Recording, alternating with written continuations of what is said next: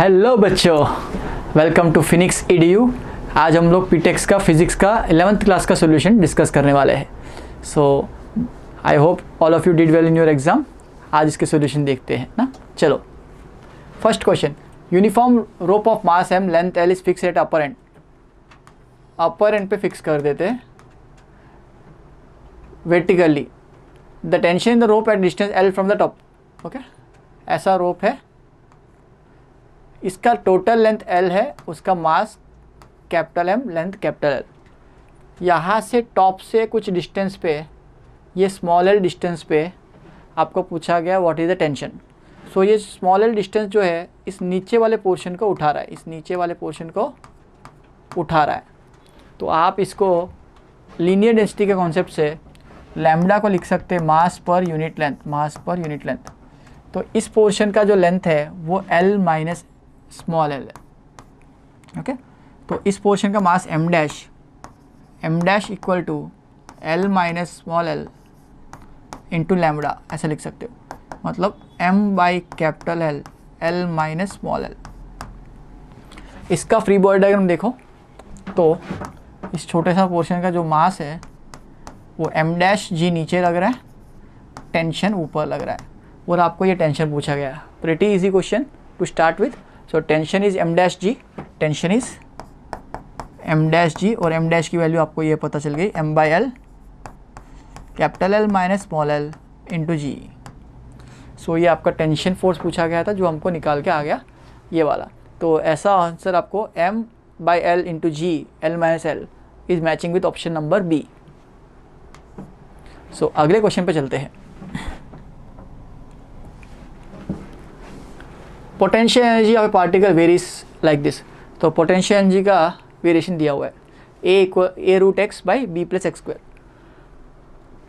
फिर x is the length, तो a and b dimensional constant से find the dimension of a by b। आपको a by b निकालना है। तो आप देख सकते हो यहाँ पर a बाई b का फॉर्मेट तो दिख ही रहा है। तो ये b x square plus b दिखा है, इसका मतलब एडिशन कब पॉसिबल होता है, जब यूनिट सेम होते हैं। तो b का यूनिट आप देख सकते हो, b का यूनिट हो जाना चाहिए L स्क्वायर, b का यूनिट हो जाना चाहिए L स्क्वायर, बिकॉज x और b का सेम वैल्यू होना चाहिए, x और b का वैल्यू सेम होना चाहिए। तो b का तो L स्क्वायर आ गया है ना, और इसका रूट x है। ओके, इसका रूट x है, हमको तो b की वैल्यू जरूरत ही नहीं है actually, a by B. Root x का मतलब ये रूट L है, मतलब रूट L है।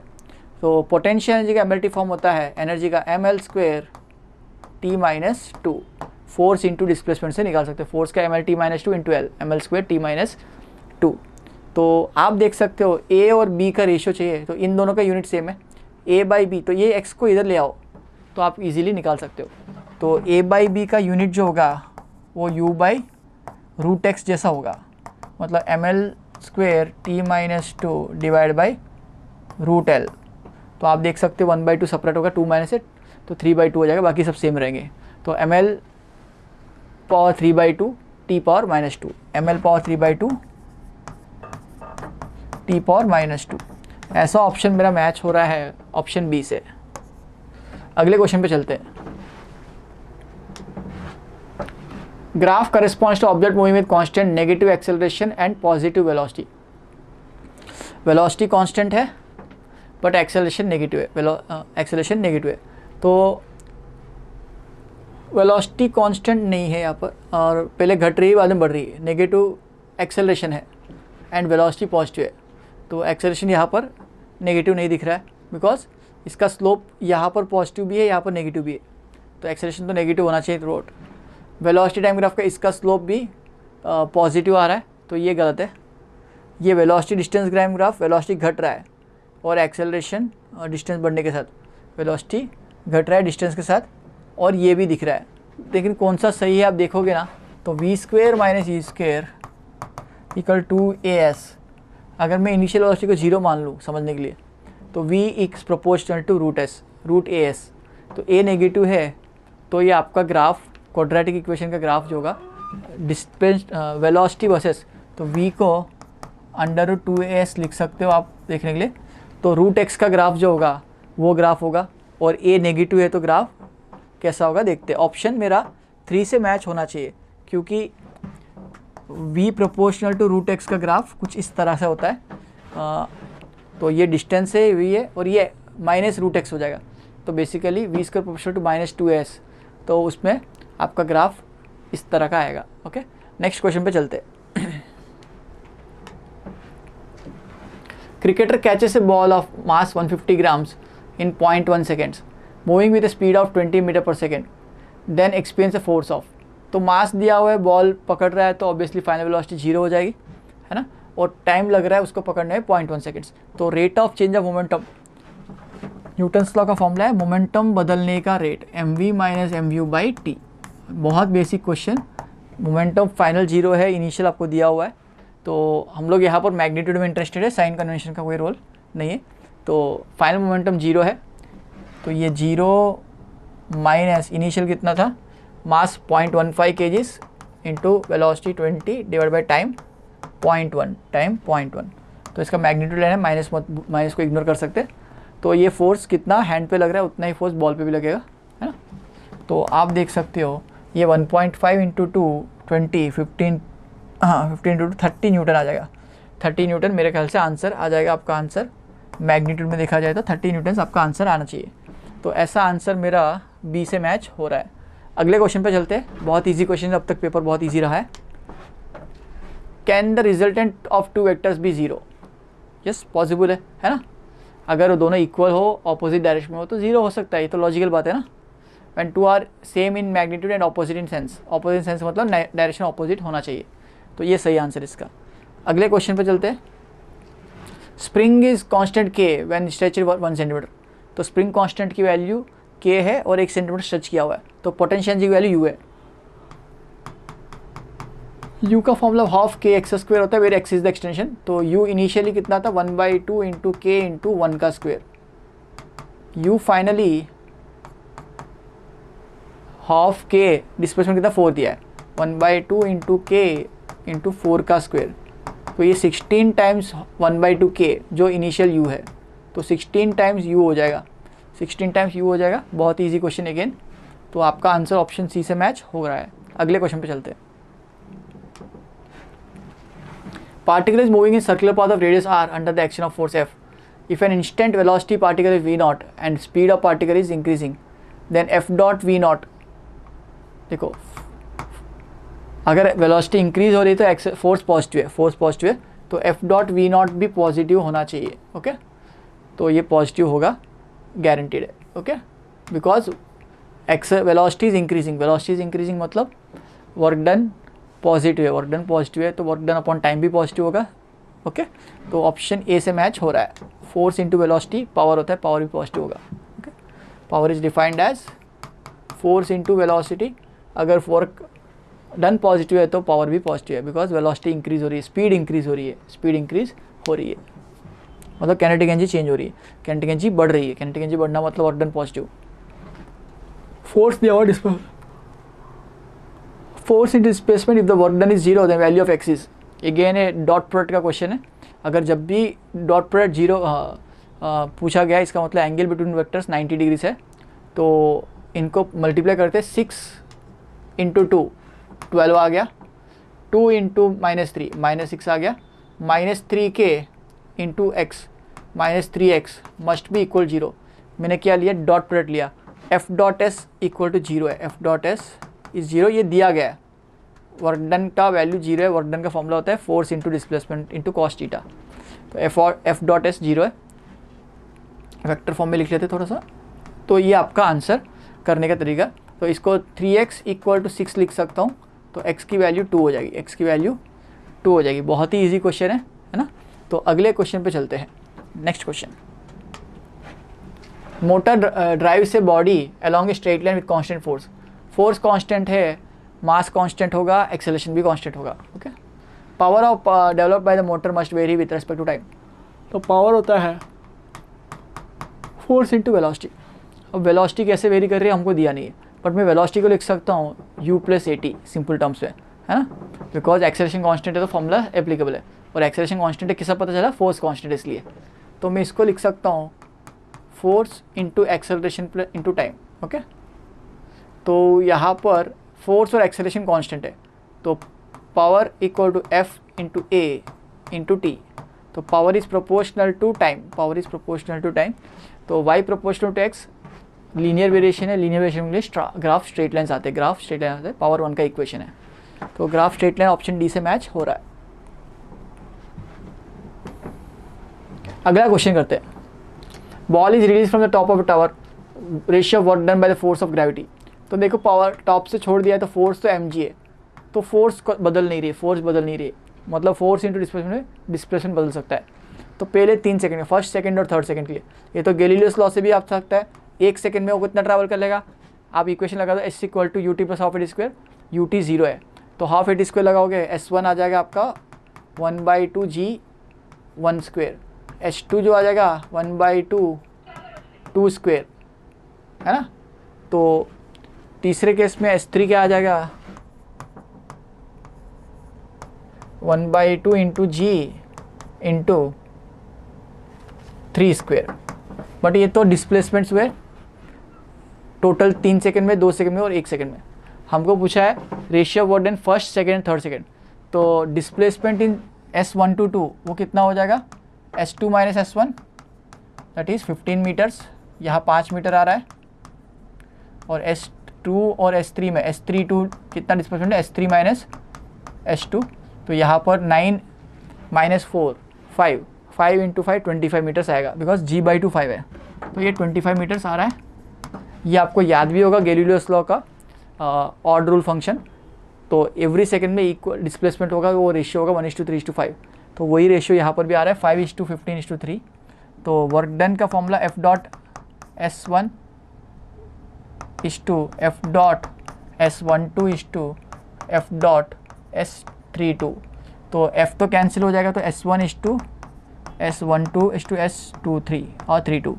ओके, ये 5:15:25 कर लेते, तो ये 1:3:5 हो जाएगा, 1:3:5 हो जाएगा। तो ये आपका आंसर हो जाएगा 1:3:5। तो ऑप्शन नंबर सी से मैच हो रहा है। ये डायरेक्ट बच्चा देख के ऐसे भी लिख सकता था, गैलीलियोस ऑर्डर उसको पता हो तो, है ना। बहुत ही ईजी क्वेश्चन है। नेक्स्ट क्वेश्चन में चलते हैं। एक फोर्स है जो 10 न्यूटन की है, 2 स्प्रिंग के बीच में कनेक्टेड है, तो स्प्रिंग का टेंशन कितना होगा, स्प्रिंग फोर्स कितनी होगी। तो obviously spring force always act कैसे करती है देखते, पहले एक्सेलरेशन निकालते। इसको अगर मैं बॉडी सिस्टम मान लूँ, इस पूरे को एक सिस्टम मान लूँ, तो net force upon total mass, net force 10 Newton दिख रही है मेरे को, टोटल मास मेरे को 4 + 2 6 kg दिख रहे हैं। तो आपका 10/6 metre per second square acceleration है। अब मैं कोई भी एक बॉडी का फ्री बॉडी डायग्राम बनाऊँ और F net equal to m × a लिखूँ तो स्प्रिंग फोर्स आ जाएगी। तो मैं 2 kg को यूज़ कर रहा हूँ, 4 kg से भी कर सकते हैं, आपकी मर्जी है। तो 2 kg से मेरे को ज़्यादा ईजी दिख रहा था। F स्प्रिंग यहाँ पर इसको ड्राइव कर रही होगी और कोई फ्रिक्शन नहीं है, एक्सेलरेशन इस तरफ है। तो आप लिख सकते हो F spring equal to m × a, F spring equal to m × a। तो F spring equal mass into acceleration 10/6, तो ये 10/3 न्यूटन दिखना चाहिए आपको। तो बहुत ही easy question. Again next question पे चलते हैं। ये boat moves with speed of 4 km/h related to the water in river flowing with speed of 3 km/h। Boat की स्पीड 4 है और रिवर की स्पीड 3 है, रिवर की स्पीड 3 km/h है। ये वी बोट, ओके। विड्थ जो दिया हुआ है, ये जो विड्थ दिया हुआ है ये 1 किलोमीटर का है, मतलब 1000 मीटर्स का है। Minimum time taken for it to reach the round trip, taken around a round trip is minimum, okay. तो टाइम निकालना है आपको।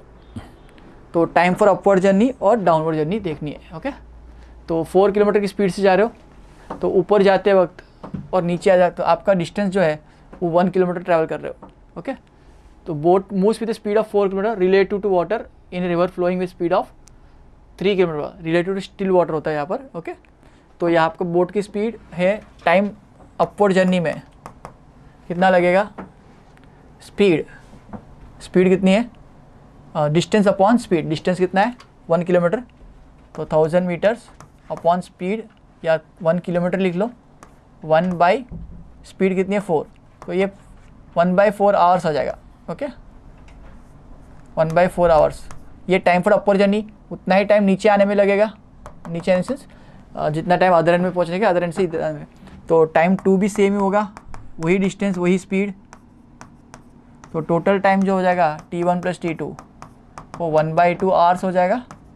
ऑप्शन मिनट्स पे दिया है तो इसको 60 से मल्टीप्लाई कर लो तो आपको 30 मिनट्स आंसर आता हुआ दिखेगा। सो 30 मिनट्स ऑप्शन नंबर डी से मैच हो रहा है मेरा। तो अगले क्वेश्चन पे चलते हैं।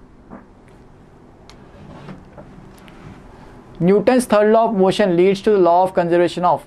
तो न्यूटन्स थर्ड लॉ हमने पढ़ा हुआ है, इक्वल एंड ऑपोजिट फोर्स होती है, आइसोलेटेड सिस्टम का नेट फोर्स 0 होता है ना। तो क्या उसकी वजह से हमको क्या मिलता है, तो law of conservation of angular momentum होता है। क्या एंगुलर मोमेंटम तो रोटेशन में आता है, तो इसमें तो नहीं आएगा। एनर्जी कंजर्वेशन गलत आंसर, मास गलत आंसर, मास कंजर्व नहीं है। तो momentum conservation, so net force 0 है तो P final equal to P initial आता है, तो ये आप देख सकते हो ऑप्शन डी। एफ नेट 0 बोलता है, न्यूटन्स थर्ड लॉ क्या बोल रहा है, नेट फोर्स 0 है तो P final minus P initial 0 है, तो P final equal to P initial by time 0 है। ओके, नेट फोर्स का differential P final minus P initial by T equal 0, तो P final equal P initial यहाँ से derive होता है। Okay, अगले क्वेश्चन पे चलते हैं।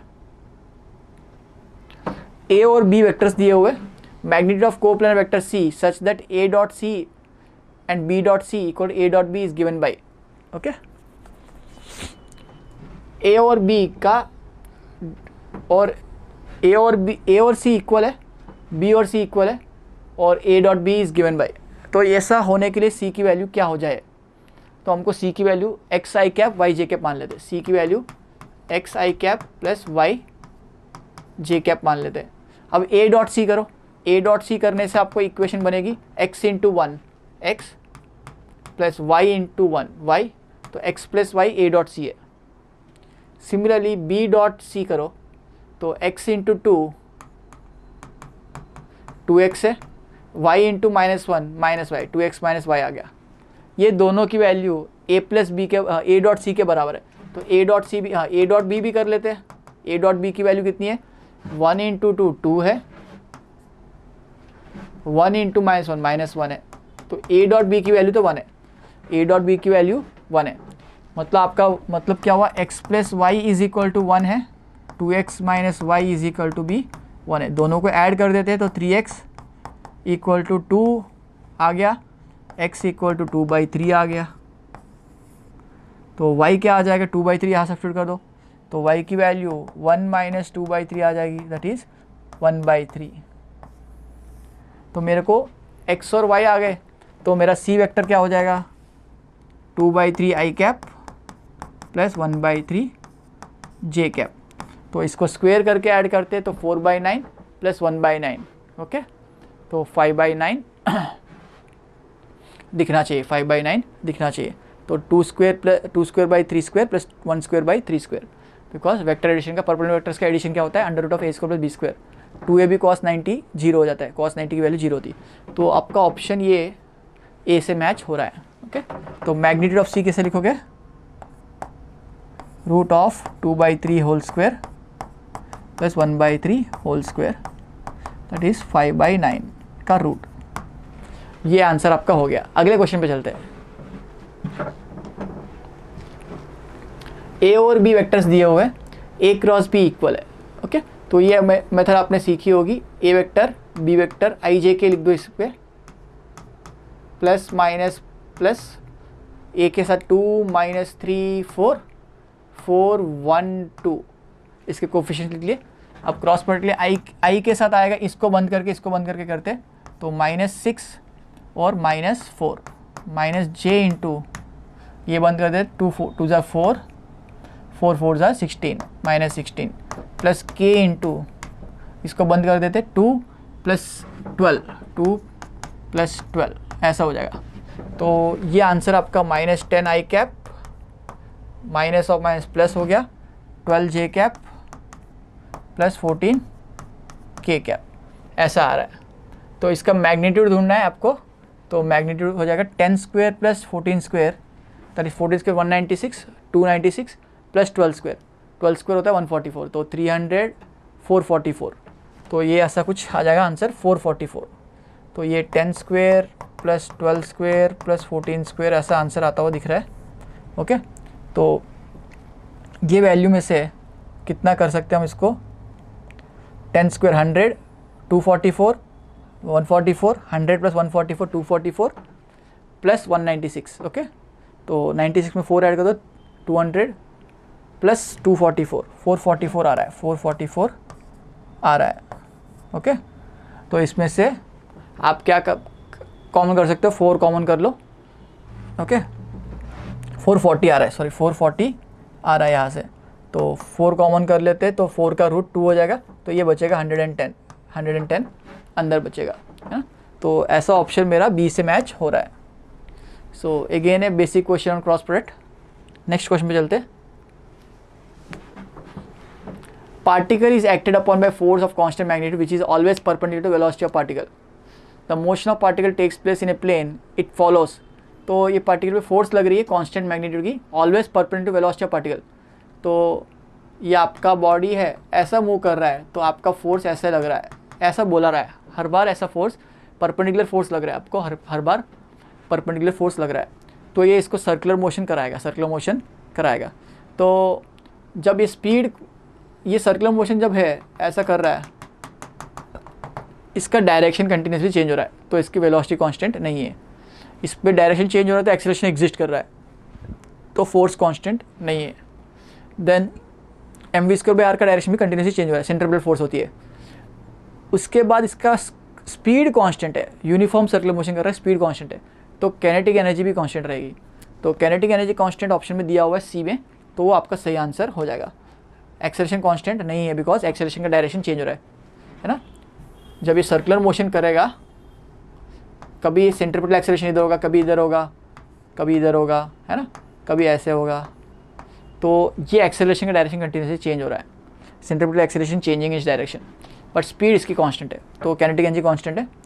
नेक्स्ट क्वेश्चन पे चलते हैं। 2 identical blocks A and B of mass m are connected by spring, ऐसा बोला गया। इसको तीसरा block C of mass m moving with speed v strikes and final compression maximum compression पूछा गया।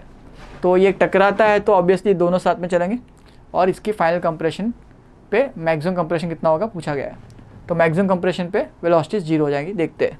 तो मोमेंटम कंजर्वेशन इनिशियली लगाएंगे इनके बीच में, A और C के बीच में, तो m into V must be equal to m into V dash plus m into V dash, दोनों कॉमन वेलोसिटी पे आ जाएंगे, तो v डैश की वैल्यू v/2 आ रही है। ये स्टेप हो गया आपका। अब इसके बाद ये दोनों साथ में चलेंगे तो इसको कंप्रेस करेंगे तो मैक्सिमम कंप्रेशन पूछा गया। तो अब एनर्जी कंजर्वेशन मान सकते हो, बिकॉज फ्रिक्शनलेस फ्लोर है और इनके बीच में भी कोलिजन इलास्टिक मान सकते हैं। तो यहाँ पर 1/2 mv² is the initial energy equal to energy final. Energy losses के बारे में कुछ नहीं है। ओके, तो 1/2 2m इंटू वी डैश का square, that is v²/4 plus final momentum में आपका 1/2 kx² आपका मैक्सिमम कंप्रेशन आ जाएगा। तो एनर्जी फाइनल, कुछ एनर्जी कंप्रेशन में चली गई, कुछ एनर्जी इसकी स्पीड में आ गई, है ना। तो अब देखते हैं यहाँ से हाफ mv² में से आप हाफ mv² कॉमन कर लो, तो यहाँ से 1 माइनस 1/2 mv² कॉमन कर लो, 2/4 1/2 आ जाएगा, है ना, 2/4 1/2 आ जाएगा, इज इक्वल टू 1/2 kx² दिख रहा है मेरे को। तो 1/2 गया, ये 1/2 आया, तो x की वैल्यू v²/2 के दिख रही है। रूट ले लो तो इंटू m, रूट ले लो तो v बाहर आ जाएगा, रूट m/2 के दिखेगी, रूट m/2 के। This is the amount of compression, maximum amount of compression we are getting. So v into m/2 K, v into m/2 के, ऑप्शन ए से match हो जाएगा। नेक्स्ट क्वेश्चन पे चलते हैं। Batsman deflects a ball by angle of 45 degrees without changing its initial speed. Then, what is the impulse imparted to the ball? Okay, तो deflects the ball by angle of 45 degrees. तो 2mv cos theta लगा सकते हैं आप formula में। Okay, तो ball ऐसा आया, बैट की तरफ टकराया, 45 डिग्री से डिफ्लेक्ट हो गया, 45 डिग्री से डिफ्लेक्ट हो गया। तो आपको इसको सॉल्व करना है। तो स्पीड कितनी दी है आपके पास 40 बॉल सीधा आया और 45 डिग्री से रिफ्लेक्ट हो गया, ऐसा मान सकते हो। ओके, तो टोटल एंगल 45 डिग्री से रिफ्लेक्ट हुआ। तो v जो है आपका 54 किलोमीटर पर आवर मतलब 15 मीटर पर सेकेंड है, 15 मीटर पर सेकेंड है आपके पास। ओके, और मास दिया है, क्वेश्चन में पूछा गया है what is the impulse important if the mass is 0.15 kgs, mass is 0.15 kgs, मास दे दिए 0.15 kgs। तो cos 45 की वैल्यू √2 है, cos 45 की वैल्यू √2 है। तो आप यहाँ पर 45 डिग्री से डिफ्लेक्ट हो रहा है, 45 डिग्री से डिफ्लेक्ट हो रहा है। तो यहाँ से आया ऐसे 45 डिग्री पे गया, तो ये तो 22.5 डिग्री से 22.5 डिग्री से। तो आप momentum change delta P is 2 mv सिर्फ परपेंडिकुलर डायरेक्शन में या along the line of impact he momentum change होता है। 2 mv cos थीटा लिख सकते हो, थीटा की वैल्यू 22.5 हो गई, तो 2m इंटू वी cos 22.5। इसको कैसे सॉल्व करें? cos theta can be written as 2 into mass 0.15, speed कितनी दी है 15 into deflects the ball by angle 45 degrees 1/2 √2।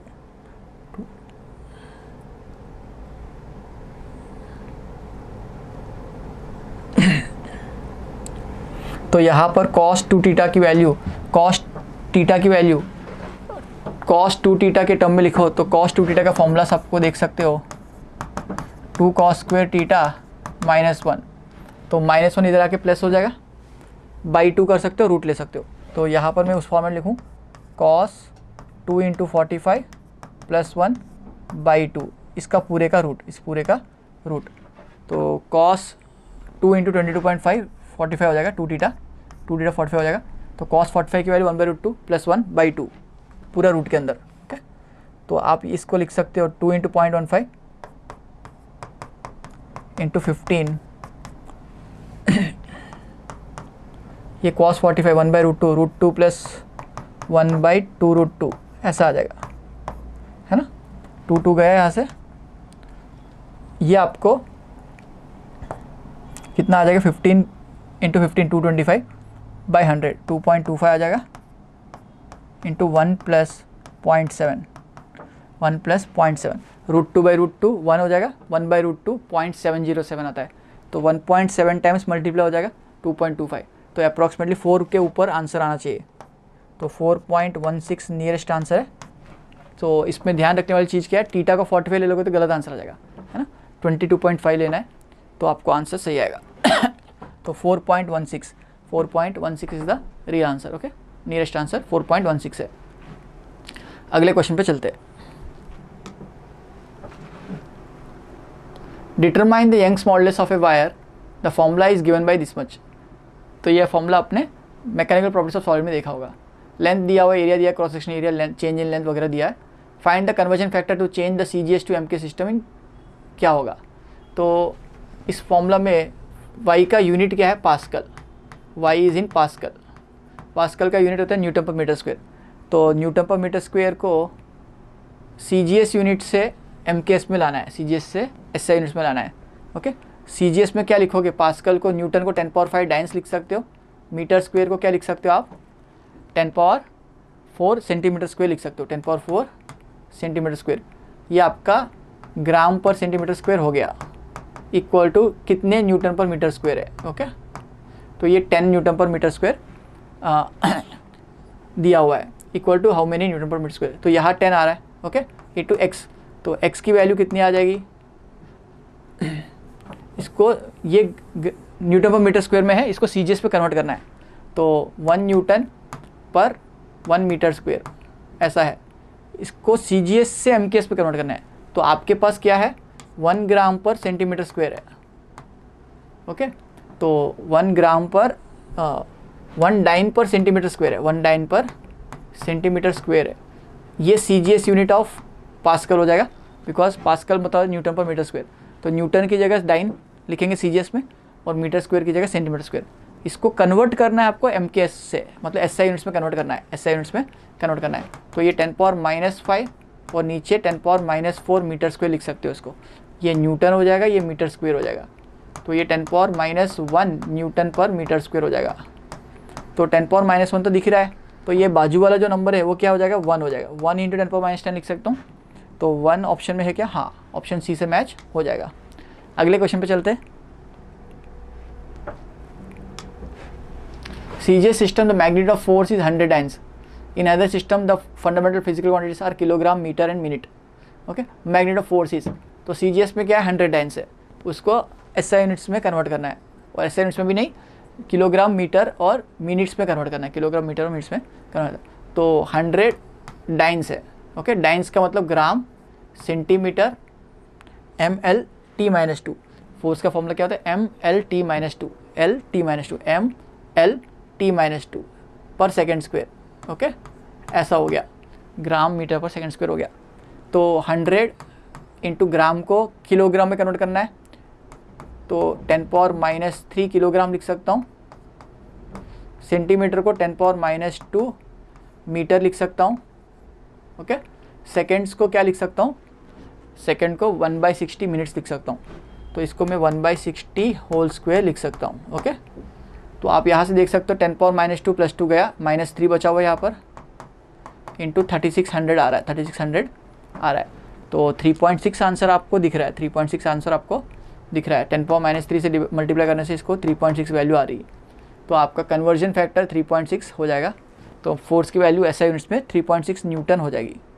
तो ऑप्शन सी से मैच हो रहा है। अगले क्वेश्चन में चलते हैं। Density in SI unit is 128 and certain units of length are 25, units of mass is 50 grams, numerical value of density of material is. तो डेंसिटी दी है 128 SI यूनिट्स में। तो N1U1 = N2U2 लगाएंगे तो इजी लिखेगा आपको। तो इसकी न्यूमेरिकल वैल्यू पता नहीं है आपको। इसका यूनिट क्या है, मास 50 ग्राम्स। तो डेंसिटी का MLT फॉर्म है ml-3। तो 50 ग्राम्स में ले लेता हूँ। L कितना इसका 25 सेंटीमीटर, 25 सेंटीमीटर लिख देता हूँ, whole power -3 equal to N2 कितना है 128, ये किलोग्राम से। 1 kg को 1000 ग्राम लिख लो, दोनों तरफ यूनिट सेम रखते। L की जगह कितना है, मीटर क्यूब है ना। तो 1 मीटर क्यूब को 100 सेंटीमीटर क्यूब लिख सकते हो। Okay, whole power -3, whole power -3। तो आप इन चीज़ों को बाहर डिवाइड कर दो तो N1 की वैल्यू आ जाएगी, N1 की वैल्यू आ जाएगी 128, ये 1000 डिवाइड बाई 50 और ये 100 डिवाइड बाई 25 होल पावर -3। आप इसको लिख दो, 0 0 गया, ये गया 2 टाइम्स। ओके, तो ये 256 दिख रहा है, इंटू ये गया 4 पावर -3, तो 1/4 क्यूब। तो 1/4 क्यूब मतलब 64 ना। 64 4s are 256, 64 4s are 256 आ रहा है। ओके, 50 ग्राम से 1000 किलोग्राम्स। ओके, 128 है। ओके, तो यहाँ पर 10⁻³ 100 ग्राम्स है, सेंटीमीटर 25 सेंटीमीटर से 50 ग्राम्स है, 128 kg per metre in certain units which of the length is 25 centimetres. Length is 25 centimetres, 25 centimetre हमने लिख दिया था। Okay, by 25, 100 by 25, 4 power -3, 4 cube 16, 64, 64 4s are 256। तो इसकी वैल्यू 256 के टर्म्स में 4 टाइम्स जा रही है, 4 टाइम्स जा रही है। 50 में 5 गया, 100 में जाएगा 5 20 टाइम्स। सो यहाँ पर 20 आएगा, तो ये 2 जा रहा हो तो 40 आएगा आंसर। ओके, तो 40 आंसर आपका मैच हो जाएगा। 2560 आ जाएगा, 256 लिख दिया था, ये 0 लिखना भूल गया था। तो 2560 बाई 64 40 आंसर आ जाएगा। तो ऑप्शन नंबर ए से मैच हो रहा है। अगले क्वेश्चन पे चलते हैं। A particle is moving in a straight line. The variation is given as this much. The velocity of the body in acceleration becomes 0. तो v को लिखते हो dx/dt। तो डिफ्रेंशिएट कर लो फर्स्ट स्टेप, तो ये हो जाएगा 3t² - 12t plus -12t plus 20 acceleration लिखने के लिए वेलोसिटी को डिफरेंशिएट कर लो एक और बार, तो आपका हो जाएगा 6t माइनस 12 प्लस 20 का 0। तो अब एक्सेलरेशन 0 होने पे वेलोसिटी पूछ रहा है, तो पहले एक्सेलरेशन को 0 करके टाइम निकाल लो भाई। तो निकाल लो एक्सेलरेशन 0 करके टाइम 6t माइनस 12, तो टाइम की वैल्यू 2 सेकेंड, टाइम की वैल्यू 2 सेकेंड। इस टाइम को इसमें प्लग कर दो, तो v की वैल्यू 3 इंटू 2 का square minus 12 into 2 plus 20। Okay, तो ये माइनस 24 प्लस 20 माइनस 4, यहाँ पर 4 3 ज़ा 12, 12 माइनस 4 8 आ जाएगा। तो ये बहुत इजी क्वेश्चन है, 8 मीटर पर सेकेंड आंसर आपका आ जाएगा। तो मेरा ऑप्शन बी से मैच हो रहा है, ऑप्शन बी से मैच हो रहा है। अगले क्वेश्चन पे चलते हैं। Initial mass of a rocket is 1000 kg, calculate what rate the fuel should be burned so that rocket is given acceleration of 20 metre per second square. 1000 kg mass है, acceleration दिया हुआ है, तो F equal to F thrust equal to dm/dt into V relative minus mg, because rocket पे जो force लग रही है वो थ्रस्ट फोर्स लग रही है। ओके, और यहाँ पर एग्जॉस्ट गैसेस बाहर आ रहा है और mg नीचे लग रहा है, mg नीचे लग रहा है, तो थ्रस्ट फोर्स ऊपर है और ये आपका एक्सेलरेशन है। ओके, आपका एक्सेलरेशन इस तरफ है, तो net force equal to m into a, thrust force minus mg, ये थ्रस्ट फोर्स है माइनस mg, तो m इंटू ए, m कितना है 1000, ए कितना है 20, dm/dt पूछा गया है। Okay, the gas are coming out with respect to, मतलब mass flow rate of rocket, dm/dt mass कितना घट रहा है पर सेकेंड, इंटू रिलेटिव वेलोसिटी कितनी दी है 500 दी है, m कितना दिया 1000 इंटू ग्रेविटी कितनी दी है 10। तो आप देख सकते हो 1000 माइनस 10 जो है इंटू माइनस 10, सो ये इधर आके प्लस हो जाएगा, तो 1000 इंटू 30 हो जाएगा, ये 1000 into 30 equal to dm/dt into 500, ये 5000 लिख दिया गलती से, 500 है। ओके, तो 500 जाएगा 2 टाइम्स, तो dm/dt मेरे को दिख रहा है 60, dm/dt मेरे को दिख रहा है 60 kg पर सेकेंड, kg पर सेकेंड। तो ऐसा आंसर ऑप्शन डी से मैच हो रहा है। अगले क्वेश्चन पे चलते हैं।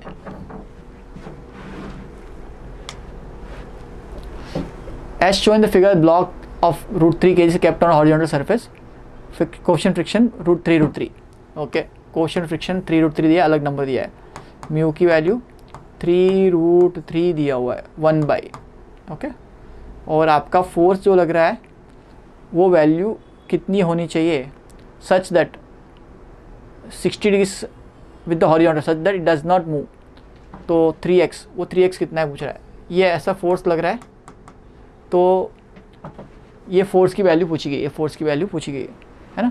Critical force to be applied on the vertical surface as shown with angle 60 degree, उसकी वैल्यू 3x है, तो इस फोर्स की वैल्यू 3x है। अब फोर्स मान लेते हैं, तो ये एंगल 60 डिग्री बना रहा है, तो F cos 60 must be equal to mu into N, है ना। अगर ये फोर्स ऐसे लग रही है तो फ्रिक्शन कैसे लगेगा, ऐसे लगेगा, फ्रिक्शन उल्टा लगेगा, सो दैट बॉडी रेस्ट पे रह पाए, तो n क्या है, इसका फोर्स का एक कंपोनेंट ऐसे भी होगा F sin 60 और एक कंपोनेंट ऐसे होगा F cos 60। F cos 60 चलाने की कोशिश कर रहा है, F sin 60 नॉर्मल रिएक्शन बढ़ा रहा है, तो नॉर्मल रिएक्शन होता है ऐसा अपवर्ड और इसका mg लग रहा है डाउनवर्ड, तो normal reaction can be written as mg plus F sin 60। उसको यहाँ प्लग कर देते और इक्वेट करते, इसको इक्वेट करते, F निकालना है आपको, F/2 cos 60 की वैल्यू 1/√2, म्यू की वैल्यू 1/3√3 इंटू एन की वैल्यू mg, आपको आ गया मास कितना दिया √3 kg, okay, √3 plus g, √3g plus F sin 60, F sin 60 में क्या आएगा, F इंटू √3/2, F इंटू √3/2, तो आप देख सकते हो √3 कैंसिल हो जाता है यहाँ पर, तो यहाँ से F/2 यहाँ पर है, यहाँ पर F√3 है, तो उसको उधर ले आओ, उसको उधर ले आते, F sin 60 का ले आते, तो यहाँ पर g/3 है, इसको 3 इधर ले लो, F/2 must be equal to √3g, √3 cancel हो गया यहाँ से, तो सिर्फ g बचा हुआ है 3 को इधर लिया मैंने, प्लस f/2, तो ये यहाँ से f/2 में से f में से f कट जाएगा, तो f इक्वल g आ जाएगा। इस f को ही क्वेश्चन में 3x बोला गया है, ऐसे टाइम पे इसके लिए बोला है। 3x बोलने से बच्चे कन्फ्यूज होते हैं। तो 3x की वैल्यू फोर्स है, फोर्स की वैल्यू पूछी गई है, तो फोर्स की वैल्यू ग्रेविटी के बराबर है, ग्रेविटी की वैल्यू अप्रॉक्सिमेटली 10 होती है, तो ऑप्शन 10 से मैच होना चाहिए। ऑप्शन बी से मैच हो रहा है। नेक्स्ट क्वेश्चन पे चलते हैं। Resistance of a given wire is obtained by measuring current flowing and voltage difference, तो R इक्वल टू V/I हमने बचपन से पढ़ा हुआ है ना, कौन सी बड़ी बात है ना, 10th सब पास है ना।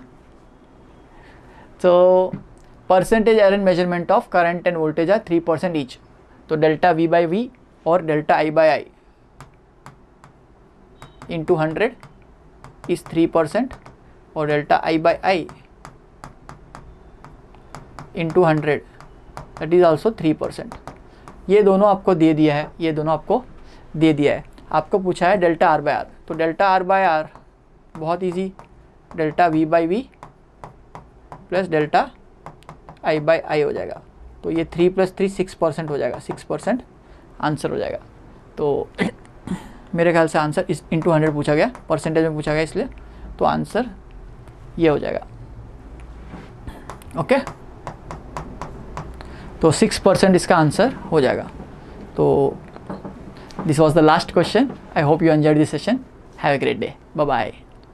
हेलो बच्चों, वेलकम टू फिनिक्स एड्यू। आज हम लोग पैटेक्स का वीडियो सॉल्यूशन डिस्कस कर रहे हैं। Let's take the first question, chemistry. 0.1 mole of a carbohydrate contains 1 gram of hydrogen. Its empirical formula is CH2O। What is its molecular formula? तो बच्चों यहाँ पे ऐसा दिया हुआ है कि 1 ग्राम जितना हाइड्रोजन जो है that is present in 0.1 mole of carbohydrate. ठीक है, तो सबसे पहले तो 0.1 मोल कार्बोहाइड्रेट के अंदर 1 ग्राम हाइड्रोजन प्रेजेंट है। अगर मैं कंसीडर करूँ 1 मोल जितना कार्बोहाइड्रेट, तो उसके अंदर कितना हाइड्रोजन प्रेजेंट होगा, तो सीधा इसके ऊपर से आपको आंसर मिलेगा 1 × 1 डिवाइड बाई 0.1, तो that is going to be 10 gram. तो हम लोग इसके ऊपर से सीधा ढूंढ सकते हैं आंसर। इंपेरिकल फॉर्मूला CH2O जो है वो सारे के सारे ऑप्शन के अंदर फॉलो हो रहा है, आप देख सकते हैं। तो दैट मीन्स हमको सिर्फ ये आइडेंटिफाई करना है कि 1 मोल के अंदर 10 ग्राम जितना हाइड्रोजन कौन सी फॉर्मूला में दिख रहा है। तो students you can see option 1 के अंदर H10 दिख रहा है, तो दैट मीन्स 10 ग्राम जितना हाइड्रोजन यहीं पे अवेलेबल हो जाएगा। सो स्टूडेंट्स यहाँ पे आंसर अपना होगा option A। Let us take the next question. Second question, assertion. The terms empirical formula and molecular formula bear similar ratio. Reason? Molecular formula of a compound defines relative number of constituent atoms in the simplest ratio. तो बच्चों यहाँ पे ये हम लोग को पता है कि मतलब इंपेरिकल फार्मूला और मॉलिक्यूलर फार्मूला के अंदर रेशियो सेम होता है। जैसे कि से फॉर एग्जांपल मैं हेक्सीन की बात करूँ, ठीक है, तो हेक्सीन की फॉर्मूला है C6H12 और इसकी इंपेरिकल फार्मूला की अगर मैं बात करूं तो इंपेरिकल फार्मूला है इसका CH2। तो बेटा यहाँ पे कार्बन हाइड्रोजन का रेशियो 1:2 है। If you would see the molecular formula, तो मॉलिक्यूलर फार्मूला के अंदर भी कार्बन और हाइड्रोजन के नंबर का रेशियो 1:2 ही है। तो इसका मतलब ये होता है बेटा कि in molecular formula as well as in empirical formula जो रिलेटिव नंबर ऑफ एटम्स है कंस्टिट्यूएंट एलिमेंट के, वो हमेशा इक्वल रेशियो में रहते हैं। तो असर्शन तो सही है। अच्छा, रीज़न में ऐसा बोल रहे हैं कि मॉलिक्यूलर फार्मूला का मतलब है कंस्टिट्यूएंट एलिमेंट का relative number in the simplest ratio. तो बेटा यहाँ पे थोड़ा सा प्रॉब्लम है एक्चुअली ये वर्ड के अंदर। सिंपलेस्ट रेशियो एक्चुअली हम नहीं कह सकते। Simplest ratio actually empirical formula के अंदर आपको देखने को मिलेगा, पर मॉलिक्यूलर फार्मूला के अंदर जैसे यहाँ पे कार्बन और हाइड्रोजन का नंबर है बेटा, तो ये 6:12 के रेशियो में है। तो 6:12 जो है that can be divided further और वो 1:2 बन सकता है। इसका मतलब ये हुआ कि ये सिंपलेस्ट रेशियो नहीं है। तो दैट्स वाई हम ये क्वेश्चन के अंदर ऐसा बोल सकते हैं कि इसका असर्शन तो सही है but reason is not correct. तो रीज़न रॉन्ग है और असर्शन सही है। तो assertion is correct but reason is not correct. तो ये अपना ऑप्शन ठीक है, second option A is assertion is correct but R is not correct। तो यहाँ पे अपना आंसर हो जाएगा बेटा option B। Option B be for Bangalore would be the answer. ठीक है, चलिए आगे बढ़ते हैं। Third one, number of significant figures for the three numbers 161 centimetre, 0.161 centimetre and 0.0161 centimetre is dash. बच्चों आपको पता है कि यहाँ पे डेसिमल है, तो डेसिमल होने की वजह से यहाँ पे जो राइट साइड वाले जीरोज अगर होते तो they would have become significant. ठीक है, नॉन जीरो डिजिट्स तो हमेशा सिग्निफिकेंट होते ही है, पर डेसिमल होने के बावजूद ये जो लेफ्ट साइड वाले जीरोज हैं तो they are actually going to remain insignificant only. इसका मतलब है तीनों तीन के अंदर अगर सिग्निफिकेंट फिगर्स देखने जाए तो यहाँ पे 3, यहाँ पे भी 3 और यहाँ पे भी 3, तो हम लोग बोल सकते हैं all three of them has got 3 significant figures respectively. Alright, चलिए तो यहाँ पे अपना आंसर हो जाएगा, आंसर है ऑप्शन डी। चलिए आगे बढ़े। Fourth one, the combining ratios of hydrogen and oxygen in water and hydrogen peroxide by mass are 1:8 and 1:16।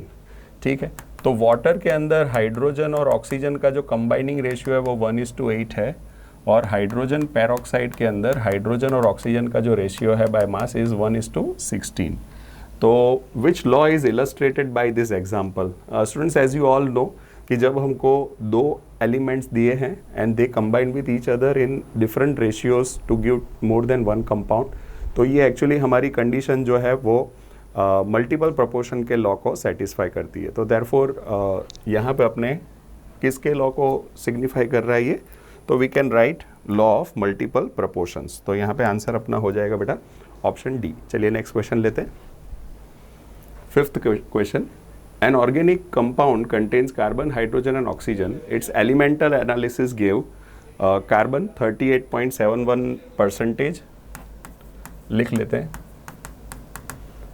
Hydrogen है 9.67% और अपना रिमेनिंग ऑक्सीजन होगा बेटा, इसको थोड़ा रफली गिन लेते हैं। ये 38.7 है और ये 9.67 है, तो 38 + 9 47 हो जाएगा। ये फ्रैक्शंस वगैरह सब मिला के 48 हो जाएगा। तो रिमेनिंग ये हुआ 52% बेटा। ठीक है, तो सबसे पहला आप जानते हैं कि जब हमको इसके ऊपर से एम्पिरिकल फार्मूला निकालनी होती है तो परसेंटेज को we have to actually divide by the atomic mass. इसका जो भी मास है इससे डिवाइड कर देते हैं मोलर मास से, तो अपने को मोल रेशियो पता चल जाएगा। तो this is going to be 38 point something divide by इसका मास है 12, कार्बन का एटॉमिक मास 9.67, हाइड्रोजन का मास है 1 और ऑक्सीजन का जो मास है बेटा वो है 16। तो 16 3 ज़ा 48, 3 पॉइंट समथिंग, ये 9 पॉइंट समथिंग, 12 3 ज़ा 36, तो ये भी 3 पॉइंट समथिंग। तो बेटा हम लोग को यहाँ पे सिंपल रेशियो इजीली पता चल जाएगा, बिकॉज यहाँ पे 3 और 3 वाला नंबर आ रहा है। अगर हम लोग इसके ऊपर से सिंपल रेशियो आइडेंटिफाई करते हैं तो जो स्मॉलेस्ट नंबर है इससे सबको डिवाइड करना पड़ेगा। तो this is going to be 3 वाले नंबर से अगर इसको डिवाइड करें तो यहाँ पे 1, यहाँ पे भी 1 आ जाएगा, 3 3 ज़ा 9। तो ये हिसाब से अपना जो सिंपल रेशियो है बेटा वो बन जाएगा C1H3O1। So CH3O would be the answer. ठीक है, ज़रा देख लेते हैं कौन सा ऑप्शन है ये, CH3O। You can have a look at it. ये रहा बेटा option C would be the answer. ठीक है, चलिए नेक्स्ट क्वेश्चन लेते हैं। Sixth one, maximum number of electrons in a subshell of an atom is determined by the following. ठीक है बेटा, आप लोग को पता है कि सबशेल जो होता है, जैसे कि मान लीजिए एक पर्टिकुलर सबशेल में लेता हूँ, से फॉर एग्जांपल 4p या फिर 3d, तो उसके अंदर कितने इलेक्ट्रॉन्स है अगर ये जानना है तो आप लोग ये बात हमेशा जानते हैं कि एक्चुअली हर एक orbital it can accommodate 2 electrons. तो हमको एक्चुअली पहले तो नंबर ऑफ ऑर्बिटल्स पता करना पड़ेगा। तो एक्चुअली कोई एक सबशेल के अंदर how many orbitals are there, ये डिटरमाइन करने के लिए हमारे पास एक फॉर्मूला है, दैट इज 12+1।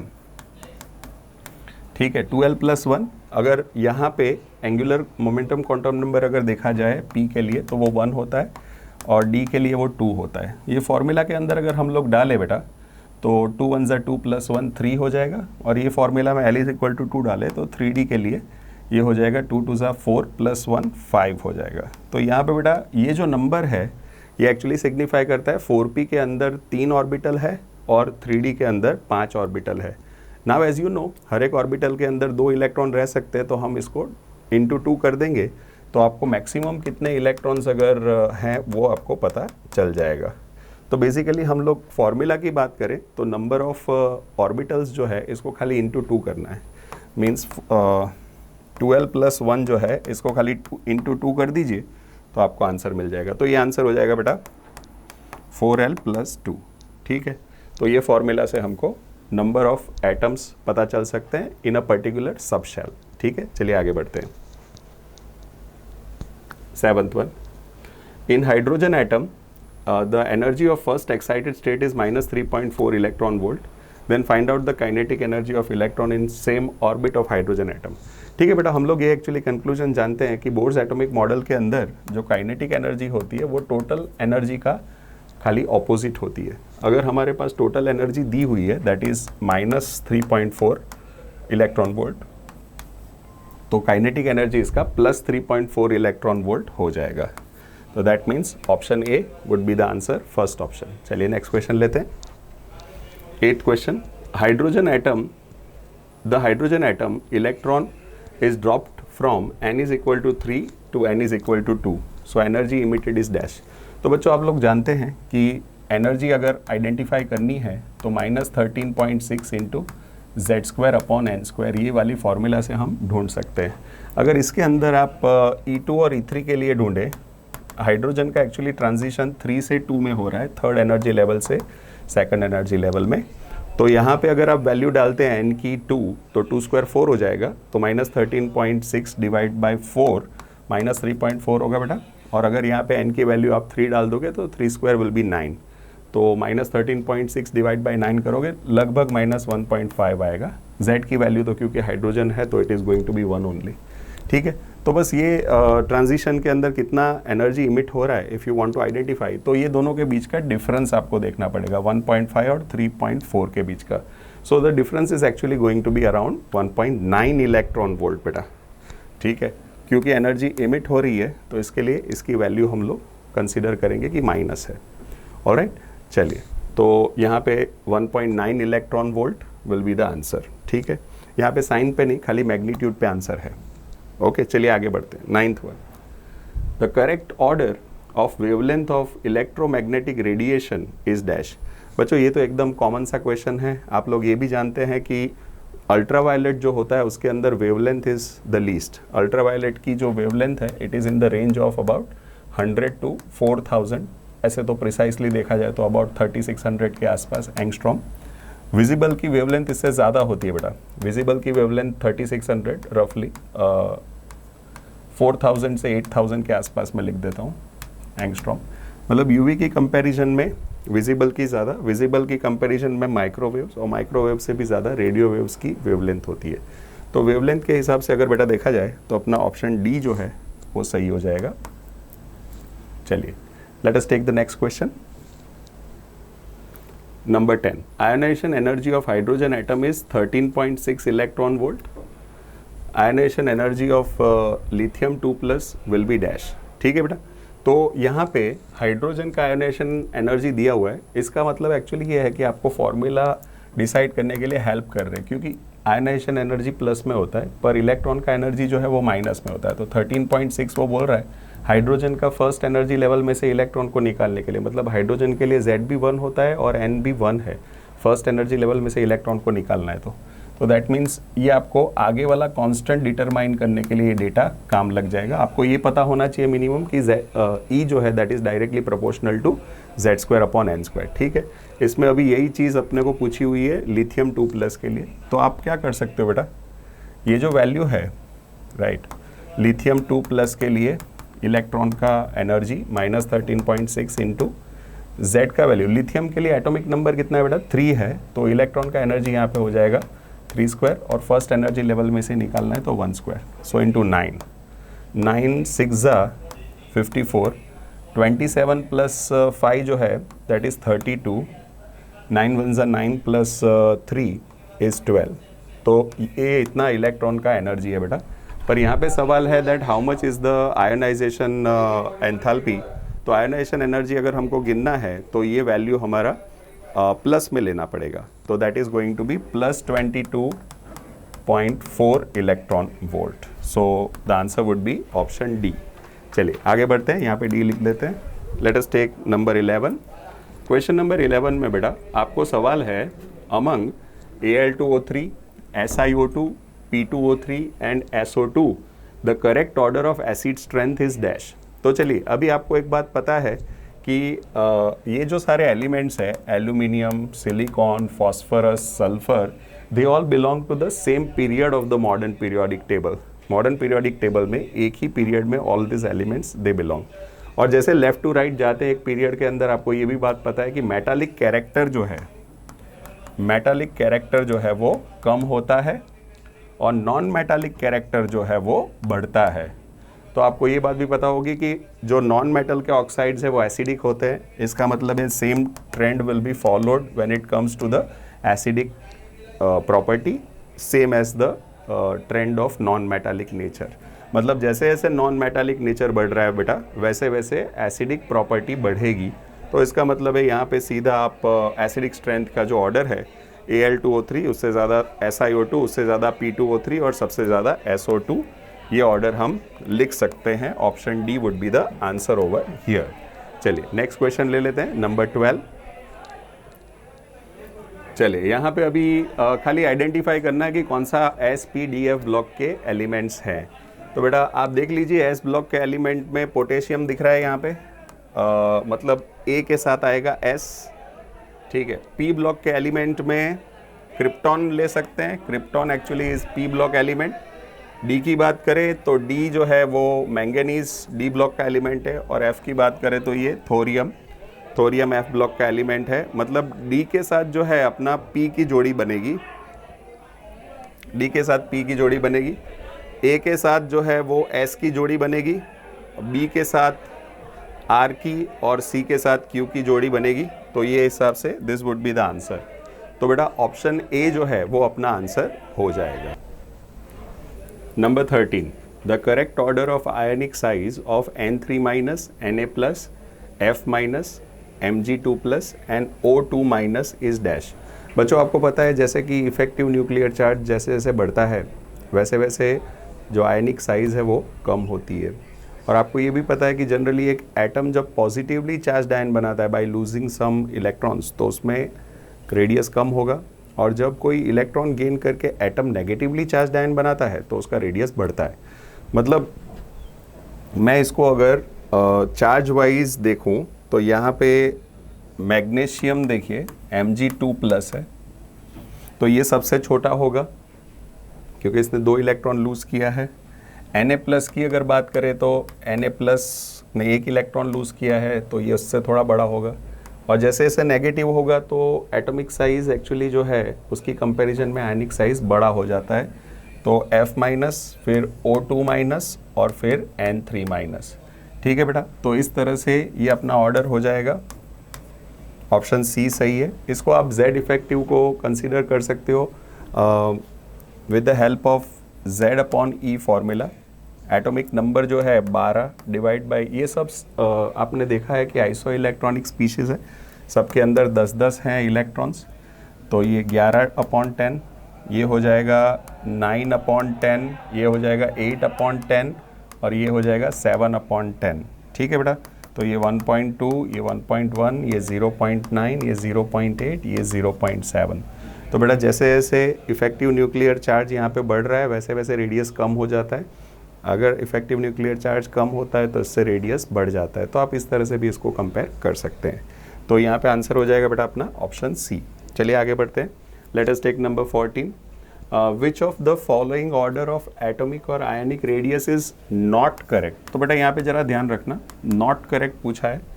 अच्छा यहाँ पे देख लो, सबसे पहला जो ऑप्शन है I minus is greater than I is greater than I plus. तो बेसिकली जैसे जैसे अगर नेगेटिव चार्ज बढ़ता है तो वैसे वैसे रेडियस बढ़ता है, आपको ये पता है. तो I प्लस से बड़ा I और उससे बड़ा I माइनस, ये तो सही है. अपने को एक्चुअली कौन सा रॉन्ग है वो चाहिए. ये देख लीजिए जरा, second option Mg2 plus is greater than Na plus is greater than F minus. ये थोड़ा प्रॉब्लमेटिक लग रहा है बच्चों, बिकॉज यहाँ पे Mg2 प्लस जो है वो उसने तो 2 इलेक्ट्रॉन लूज़ कर दिए, तो उसका इफेक्टिव न्यूक्लियर चार्ज का वैल्यू थोड़ा हाई आ जाएगा. दैट मीन्स इसका रेडियस कम होना चाहिए. यहाँ पे F माइनस की बात करें तो ये नेगेटिवली चार्ज आयन बनता है और ये तीनों तीन वैसे भी आइसो इलेक्ट्रॉनिक है. तो हम लोग जानते हैं कि जैसे जैसे माइनस चार्ज बढ़ेगा वैसे वैसे रेडियस बढ़ता है, मतलब इफेक्टिव न्यूक्लियर चार्ज क्योंकि कम होता है, दैट्स वाई. तो यहाँ पे ये वाला जो सीक्वेंस है ये पूरा का पूरा उल्टा सीक्वेंस लिखा है बेटा, मतलब सबसे छोटा एक्चुअली Mg2+ है, इससे बड़ा Na+ होना चाहिए और सबसे बड़ा F- होना चाहिए। तो जो रॉन्ग है वो है B। आगे बढ़ते हैं। 15th one, identify the correct order of solubility of Na2S, CuS और ZnS। बेटा आपको पता है कि यहाँ पे सॉल्युबिलिटी की जो बात है, तो solubility is directly proportional to ionic character, मतलब बॉन्ड जितना आयनिक होगा उतनी सॉल्युबिलिटी ज़्यादा होगी। अगर फजान्स रूल अगर ध्यान में लें तो according to Fajans rule ionic character जो है it is directly proportional to cation size, और जितना आयनिक कैरेक्टर बढ़ेगा उतनी सॉल्युबिलिटी भी बढ़ेगी। अगर हम लोग ये तीन की आयनिक साइज कंपेयर कर लें Na+, Cu2+ और Zn2+, तो इससे हमको सॉल्युबिलिटी के बारे में और बॉन्ड के आयनिक नेचर के बारे में आइडिया लग जाएगा। तो बेटा सबसे पहले तो तुमको पता है कि यहाँ पे Na+ जो है इसकी आयनिक साइज ज़्यादा है, और Cu+ जो है, Cu+ और Zn2+ की अगर कंपैरिजन करें तो Zn2+ जो है बेटा, Zn2+ ये D10 दिखाता है। D10 मतलब कि Zn2+ और Cu2+ के अगर अंदर कंपैरिजन किया जाए ये D9 है। तो बेटा ये साइज़ थोड़ी बड़ी होगी क्योंकि ये D10 दिखा रहा है, और ये D9 है इसीलिए इसकी साइज़ कम हो जाएगी। तो बेटा अगर देखा जाए तो ये साइज़ थोड़ी बड़ी है कंपेयर टू कॉपर। और यहाँ पे ये जो सोडियम सल्फाइड है, ये तो आप वैसे भी जानते हैं कि जनरली सोडियम और सल्फ़र का जो बॉन्ड है वो एक्सट्रीमली आयनिक होता है। तो सोडियम सल्फाइड को जैसे ही पानी में डालेंगे इट विल अंडरगो डिसोसिएशन। सवाल इन दोनों का रहेगा, तो इसमें ZnS जो है इसकी सॉल्युबिलिटी Cu2+ से ज़्यादा आएगी, क्योंकि जो रेडियस का कैटायनिक रेडियस का जो ऑर्डर है बेटा वही का वही ऑर्डर इसके आयनिक कैरेक्टर का है। मतलब सोडियम सल्फाइड सबसे ज़्यादा आयनिक है, इससे थोड़ा कम आयनिक नेचर ZnS में, और सबसे कम आयनिक नेचर तुमको देखने को मिलेगा CuS के अंदर। तो जितना ज़्यादा आयनिक कंपाउंड होता है उतना वो पानी के अंदर ज़्यादा सॉल्युबल होता है। तो दैट्स वाई बेटा ये देखते हुए सोडियम सल्फाइड की सॉल्युबिलिटी सबसे ज़्यादा है, और फिर इससे कम जिंक सल्फाइड की, और सबसे कम CuS क्यूप्रिक सल्फाइड की। तो बेटा इस तरह से ऑप्शन डी जो है वो हमारा यहाँ पे सही हो जाएगा। तो 15th वन का डी आंसर आ जाएगा। आगे बढ़ते हैं। Option 16, which of the following is paramagnetic. Paramagnetic कौन सा है बेटा? आप जानते हैं कि जनरली अगर कोई मॉलिक्यूलर ऑर्बिटल थियरी के हिसाब से अगर चेक करते हैं तो कोई अनपेड इलेक्ट्रॉन अगर दिखा दे तो वो पैरामैग्नेटिक कैरेक्टर दिखाता है। अगर सारे के सारे इलेक्ट्रॉन उसके पेयरिंग में है तो वो डायमैग्नेटिक दिखाएगा कैरेक्टर। तो बेटा अगर आप चेक करते हैं B2 की बात करूं तो B2 का इलेक्ट्रॉनिक कन्फिग्रेशन जो है वो है 1s2 2s2 2p1। तो बेटा 2p1 ही है यहाँ पे, तो ये उसका बॉन्डिंग मॉलिक्यूलर ऑर्बिटल है। एंटी बॉन्डिंग की अभी ज़रूरत नहीं लग रही है क्योंकि यहाँ पे 2p में तो एक मतलब कुल मिला के 2 ही इलेक्ट्रॉन है हमारे पास। ये बॉन्डिंग एंटी बॉन्डिंग वाली जो 2s और 1s की है ये बॉन्डिंग, ऊपर वाली एंटी बॉन्डिंग। तो ये सिग्मा 1s, एक्सक्यूज मी,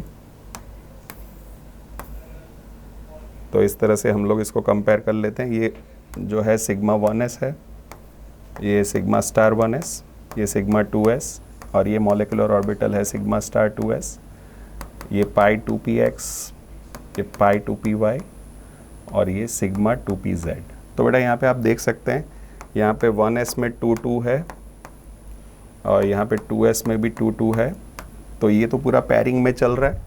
पर अगर आप 2p की बात करें तो 2p के अंदर यहाँ पे आपको ऐसा देखने को मिल रहा है कि देयर आर 2 अनपेड इलेक्ट्रॉन। तो 2 अनपेड इलेक्ट्रॉन है, इसका मतलब है इसका मैग्नेटिक कैरेक्टर जो है वो पैरामैग्नेटिक आ जाएगा। बेटा हमेशा याद रखो कि अगर पैरिंग में है तो 2 मतलब डबल मतलब डायमैग्नेटिक, अगर अनपेड है तो वो पैरामैग्नेटिक होगा। तो यहाँ पे पैरामैग्नेटिक आपको देखने को मिलेगा। तो यहाँ पे सीधा ही आंसर हमारा पहले ही तीर में लग गया है B2, तो आगे का चेक करने की ज़रूरत नहीं है। चलिए आगे बढ़ते हैं। Which have fractional bond order. ठीक है, यहाँ पे फ्रैक्शनल बॉन्ड ऑर्डर की बात है। ये 2 ऑप्शंस देखिए बेटा, O2+ और O2-। अब मुझे ये पता है कि ऑक्सीजन जो है O2 मॉलिक्यूल के अंदर डबल बॉन्ड, मतलब इसका जो बॉन्ड ऑर्डर है वो आता है 2। इसमें एक्चुअली बेटा 2 अनपेड इलेक्ट्रॉन रहते हैं ऑक्सीजन के अंदर। अगर मैं बात करता हूँ O2 प्लस के बारे में, तो O2 प्लस में एक्चुअली क्या होगा, एक इलेक्ट्रॉन रिमूव हो जाएगा, वो इलेक्ट्रॉन एंटी बॉन्डिंग में से रिमूव होगा। तो बेटा आपको पता है बॉन्ड ऑर्डर डिसाइड करने का formula half into number of electrons in bonding molecular orbital minus number of electrons in anti bonding molecular orbital. अगर यहाँ से मैं एक आध इलेक्ट्रॉन कम कर देता हूँ तो आंसर थोड़ा सा बढ़ेगा, ठीक है। तो आंसर थोड़ा सा बढ़ेगा, कितना, एक इलेक्ट्रॉन की वजह से 0.5 का फ़र्क पड़ेगा, तो ये 2.5 आएगा। अगर मैं O2 माइनस लेता हूँ बेटा, अगर O2 माइनस ले रहे हैं दैट मीन्स एक इलेक्ट्रॉन गेन हो रहा है, तो एंटी बॉन्डिंग में यहाँ पे एक इलेक्ट्रॉन बढ़ेगा, मतलब पहले 2 थे, अब एक्चुअली एक बढ़ेगा, मतलब 3 हो जाएंगे। तो ये आंसर मतलब में थोड़ा सा छोटा हो जाएगा, 0.5 जितना फ़र्क पड़ेगा। तो इसका बॉन्ड ऑर्डर जो है बेटा वो 1.5 आएगा। इससे हमको क्या पता चलता है बेटा कि O2 प्लस और O2 माइनस दोनों का बॉन्ड ऑर्डर ही कैसा है, फ्रैक्शन में है। तो इसका मतलब ये दोनों तो हो ही गए, तो फिर ऑल ही हो सकता है। वैसे नाइट्रिक ऑक्साइड का अगर आप चाहे तो चेक कर सकते हैं, क्विकली ज़रा चेक कर लीजिए। 1s और 2s तो आप जानते ही है कि वो तो 1s2 2s2 होने से उसमें number of electrons in bonding anti bonding same होंगे, तो मैं खाली 2p का कंपेयर कर रहा हूँ। 2p के अंदर नाइट्रोजन के पास 3 इलेक्ट्रॉन है और यहाँ पे 2p में ऑक्सीजन के पास कुल मिला के 4 इलेक्ट्रॉन्स है। तो बेटा ये जो है आपके पास, इसका एटॉमिक नंबर 7 है, इसका एटॉमिक नंबर 8 है, कुल मिला के 15 हो गए। 15 हो गए, इसका मतलब है कि आपको यहाँ पे उल्टा ट्रायंगल बनाना पड़ेगा, ठीक है। चलिए, तो कुल मिला के आपके पास 7 इलेक्ट्रॉन की अरेंजमेंट यहाँ पे देखनी है, तो वो ज़रा देख लीजिए। ये 1 2 3 4 5 6 और एक और 7।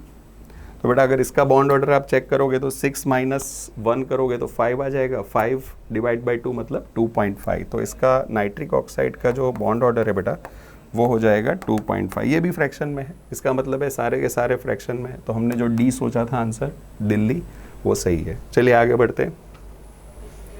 18th one, hydration energy of the given ions follows the following order. ठीक है बेटा, आपको पता है कि जनरली जो आयंस जितने छोटे होते हैं उतना उसका हाइड्रेशन ज़्यादा होता है, तो they will have higher hydration energy. तो यहाँ पे हमको और कुछ नहीं करना है, केवल और केवल ऑर्डर डिसाइड करना है आयनिक रेडियस का।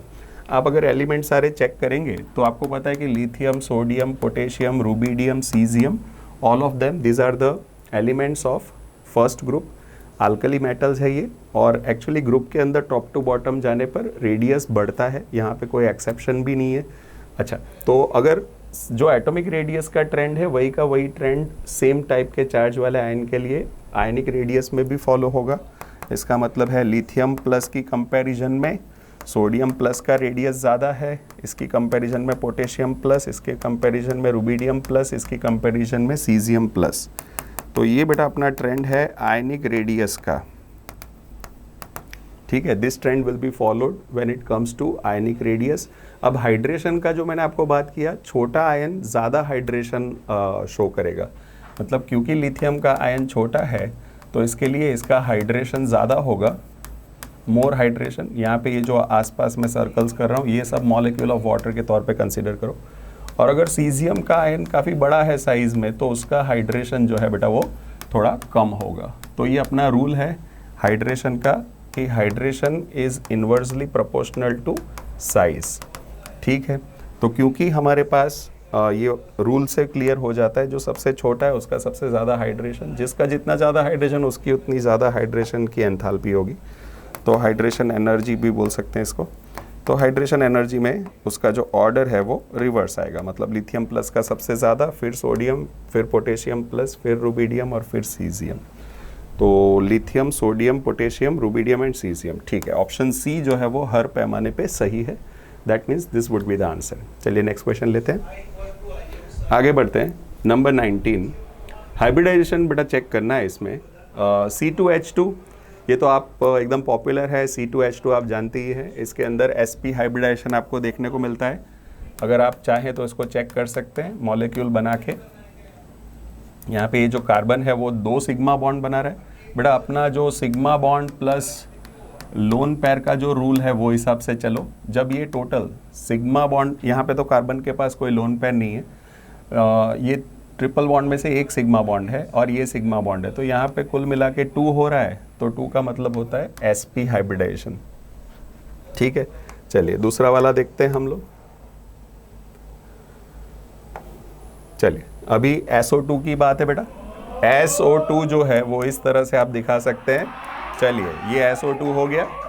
ठीक है, अगर आगे बात की जाए तो SO2 के अंदर हमारे पास सल्फर के ऊपर एक लोन पेयर होगी बेटा। यहाँ पे दो दो इलेक्ट्रॉन सल्फर के ऑक्सीजन के साथ बॉन्ड बनाने में, कोवेलेंट बॉन्ड बनाने में यूज़ हो चुके हैं, एक लोन पेयर बच रही है। मतलब यहाँ पे अपने पास 2 सिग्मा बॉन्ड है और एक लोन पेयर है, तो 2 + 1 का मतलब हुआ 3, तो ये हाइब्रिडाइजेशन है sp2।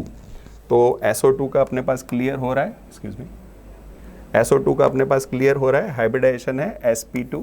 चलिए इस हिसाब से C की बात करें, सल्फेट है, तो सल्फेट बेटा इस तरह से दिखाया जा सकता है, ये सल्फेट है। ऑलराइट, तो ये सल्फेट के अंदर अगर देखा जाए तो कुल मिला के 4 सिग्मा बॉन्ड है हमारे पास, तो totally 4 sigma bonds are there. There are no lone pairs present toward sulphur, तो इसका मतलब हुआ 4, तो हाइब्रिडाइजेशन की टाइप आएगी बेटा sp3। चलिए, तो इसका sp3 हाइब्रिडाइजेशन यहाँ पे देखने को मिल रहा है। सीधा सीधा ही जुड़ जाएगा। और I3- का जो हाइब्रिडाइजेशन, एक ही ऑप्शन बचा हुआ है वैसे तो, पर फिर भी हम एक बार चेक कर लेते हैं I3- का किस तरह से देखना है वो। अच्छा, I3- की अगर मैं बात करूँ, इसको इस तरह से दिखाया जाता है। आयोडीन एक्चुअली सिंगल बॉन्ड ही बना सकता है, आपको पता है आयोडीन का वैलेंसी जो है दैट इज़ 1। अच्छा, पर यहाँ पे इसके पास वैलेंस शेल में 7 इलेक्ट्रॉन्स आर देयर। ठीक है, तो ये वाले जो कॉर्नर वाले आयोडीन है बेटा, वो तो ठीक है, उसका ऑक्टेट मतलब में कंप्लीट हो गया इस तरह से, पर बीच में हमारे पास सिर्फ 2 ही इलेक्ट्रॉन यूज़ हुए हैं। इसके पास एक्चुअली कुल मिला के 7 इलेक्ट्रॉन है, तो आपको 5 तो दिखाने पड़ेंगे। और ये I3- है, तो माइनस चार्ज के लिए एक इलेक्ट्रॉन जो गेन करना है तो वो यहाँ पे ही गेन करवा देते हैं। तो दैट मीन्स ये वाले बीच वाले आयोडीन के पास 1, 2 and 3 lone pairs are there और 2 सिग्मा बॉन्ड है। तो बेटा यहाँ पे टोटल जो है अपना sigma bond plus lone pair का टोटल विल बी 5। इसका मतलब होता है sp3d हाइब्रिडाइजेशन। ठीक है, तो I3- का जो हाइब्रिडाइजेशन है बेटा that is sp3d, that's what you can say. चलिए, तो इससे आपका डिसाइड हो चुका है पूरा ऑर्डर। A के साथ आ रहा है 4, A के साथ 4, D के साथ आ रहा है 2, D के साथ 2 है, D के साथ 2 इसमें दोनों जगह पे दिख रहा है।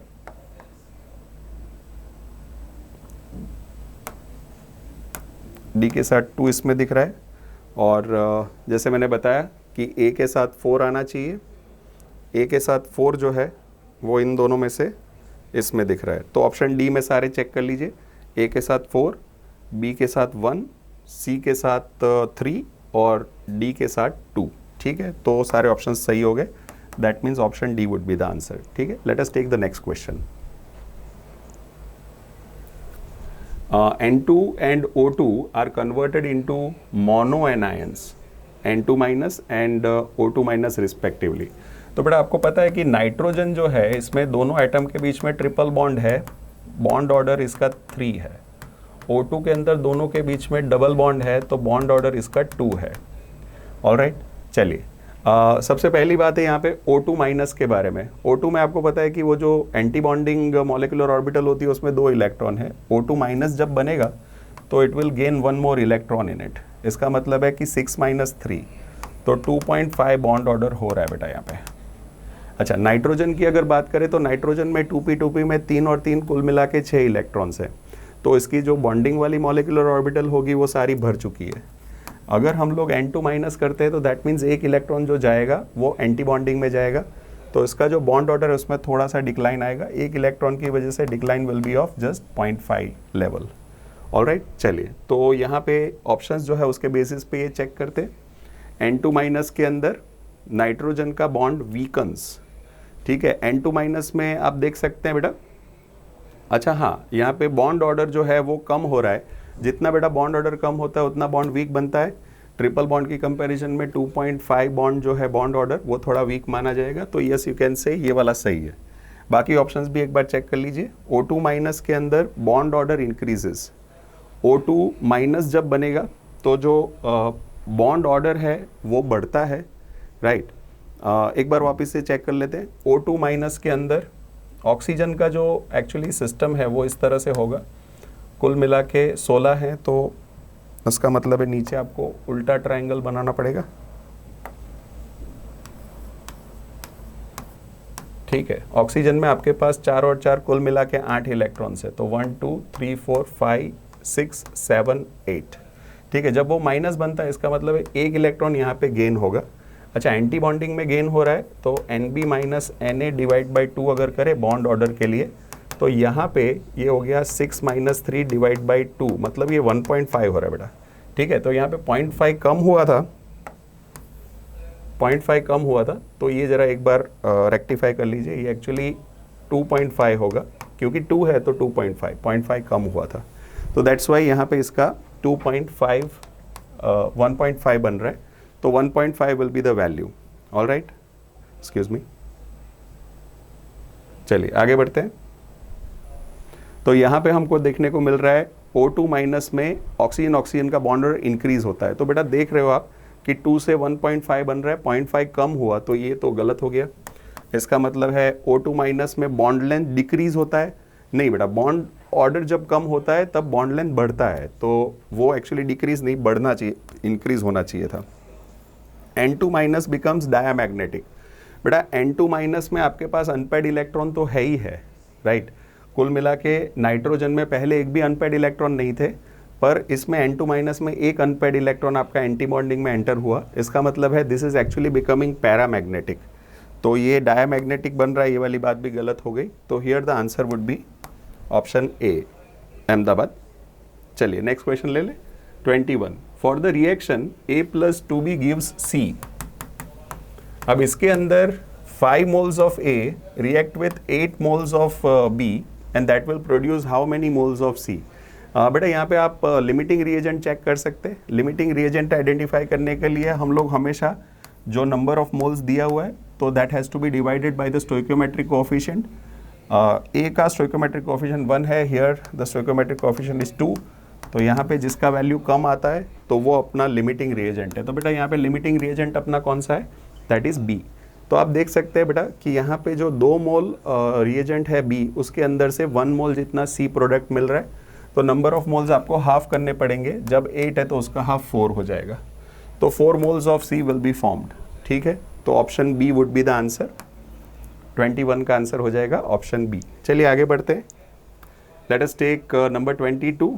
अच्छा, electrons identified by quantum number n and l can be placed in order of increasing energy as follows. ठीक है, देख लेते हैं, ये अपना A जो है बेटा that is representing 4p, C जो है ये रिप्रेजेंट कर रहा है 3d को, ये 4s है, ये 3p है। आपको ऑर्डर पता है बेटा, सबसे पहले सबसे कम एनर्जी इन चारों में से किसका होगा, 3p का होगा। आप n+l रूल के हिसाब से भी चेक कर सकते हैं। ठीक है, 3p का, उसके बाद 4s आएगा, उसके बाद आएगा 3d, और सबसे ज़्यादा है 4p का। ठीक है बेटा, तो DBCA, तो DBCA वाला ऑर्डर जो है दैट इज ऑप्शन बी, ये अपना आंसर है इंक्रीजिंग एनर्जी का। चलिए नेक्स्ट क्वेश्चन ले ले, 23। Identify the element that forms amphoteric oxide. बेटा ये एम्फोटेरिक ऑक्साइड का पॉपुलर क्वेश्चन है, आपको पता है कि एल्यूमिनियम और जिंक जो है वो एम्फोटेरिक ऑक्साइड बनाते हैं, तो यहाँ पे जो जिंक है that would be the answer, तो आंसर हो जाएगा option B. Let us take the next question. Hydrogen bond is present in ammonia, hydrogen fluoride, H2O। बेटा आपको पता है कि जब हाइड्रोजन बॉन्ड कब बनता है, जब ऑक्सीजन, फ्लोरीन या नाइट्रोजन जैसे एटम्स प्रेजेंट होते हैं, तो हाईली इलेक्ट्रोनेगेटिव एटम्स यहाँ पे प्रेजेंट है, तो तीनों तीन के अंदर ही पॉसिबिलिटी है, हाइड्रोजन बॉन्ड तीनों तीन में बन जाएगा, तो answer would be option D. चलिए नेक्स्ट क्वेश्चन ले लेते हैं।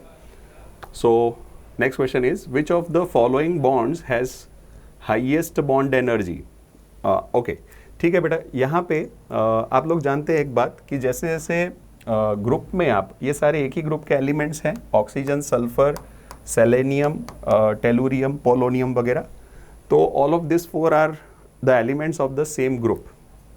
ग्रुप में आप जैसे जैसे नीचे जाते हैं वैसे एटम की साइज बढ़ता है, वैसे वैसे बॉन्ड लेंथ इसका बढ़ता जाता है। बॉन्ड लेंथ अगर बढ़ता जाएगा तो उसकी वजह से जो इसका बॉन्ड एनर्जी है वो कम होता जाता है। तो यूजुअली एक ट्रेंड ऐसा है कि बॉन्ड एनर्जी कम होता है, पर एक्चुअली अगर बेटा देखा जाए तो ऑक्सीजन और सल्फर यहाँ पे एक एक्सेप्शन है, क्योंकि यहाँ पे इलेक्ट्रॉन का रिपल्जन ज़्यादा है, तो इसकी वजह से ऑक्सीजन की कंपैरिजन में सल्फर की जो एनर्जी है वो एक्चुअली थोड़ी ज़्यादा होती है बेटा। तो ये ऑर्डर में थोड़ा सा एक ट्रेंड में रिवर्सल देखने को मिलता है। सल्फर का बॉन्ड एनर्जी सबसे ज़्यादा है, उससे कम ऑक्सीजन का, ठीक है।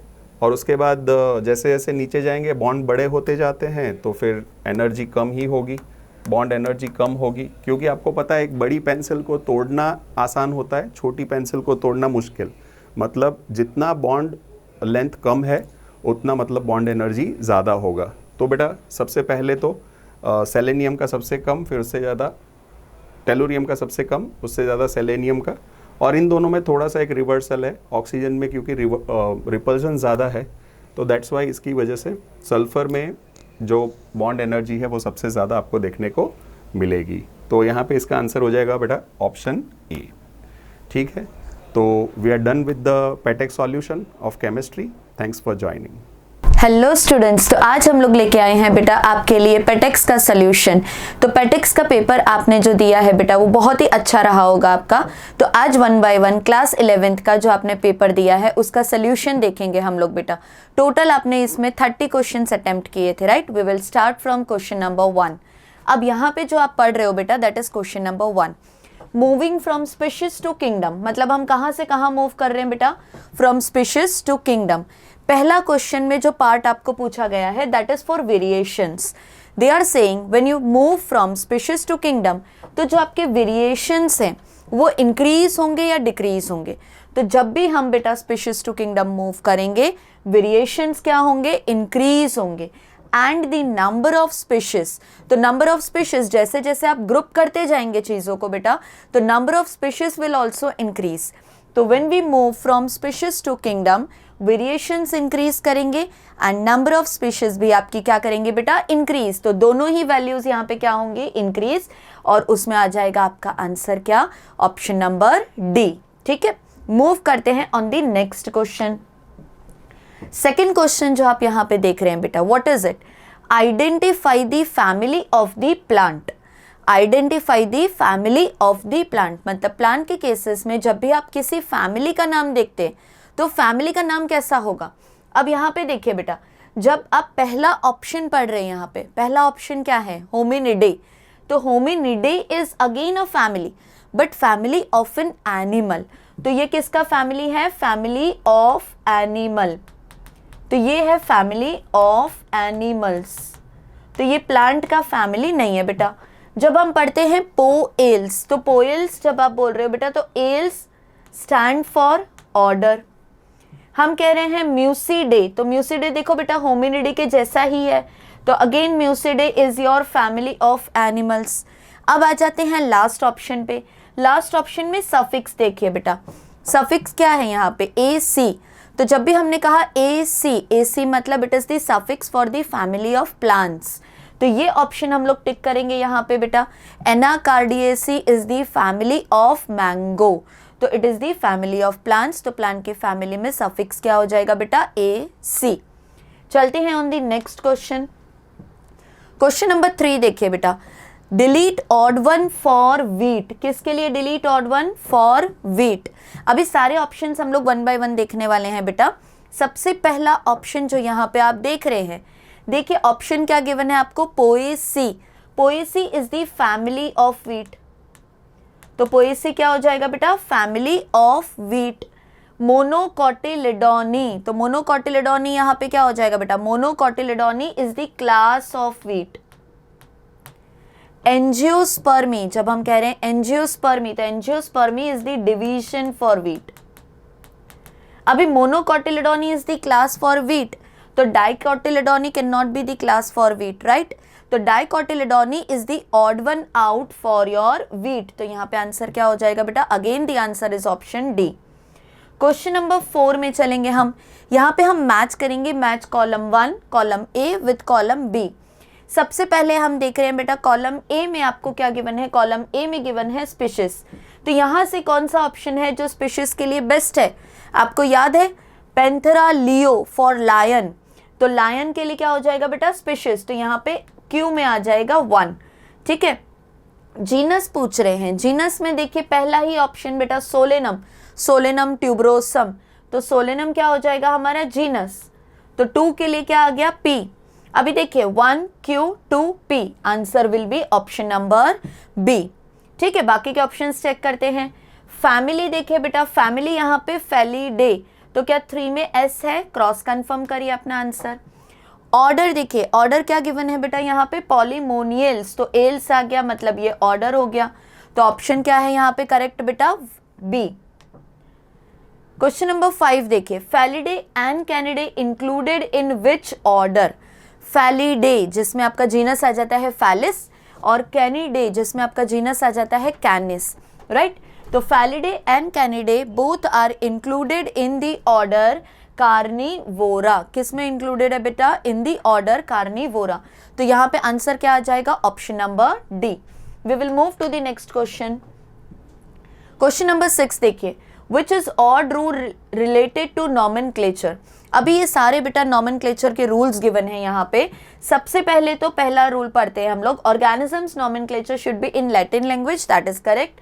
Organisms nomenclature involve providing a name with 2 components. कौन कौन से 2 components होते हैं बेटा यहाँ पे? पहला तो रहता है जीनस, उसके साथ साथ क्या गिवन होता है हमें? Species.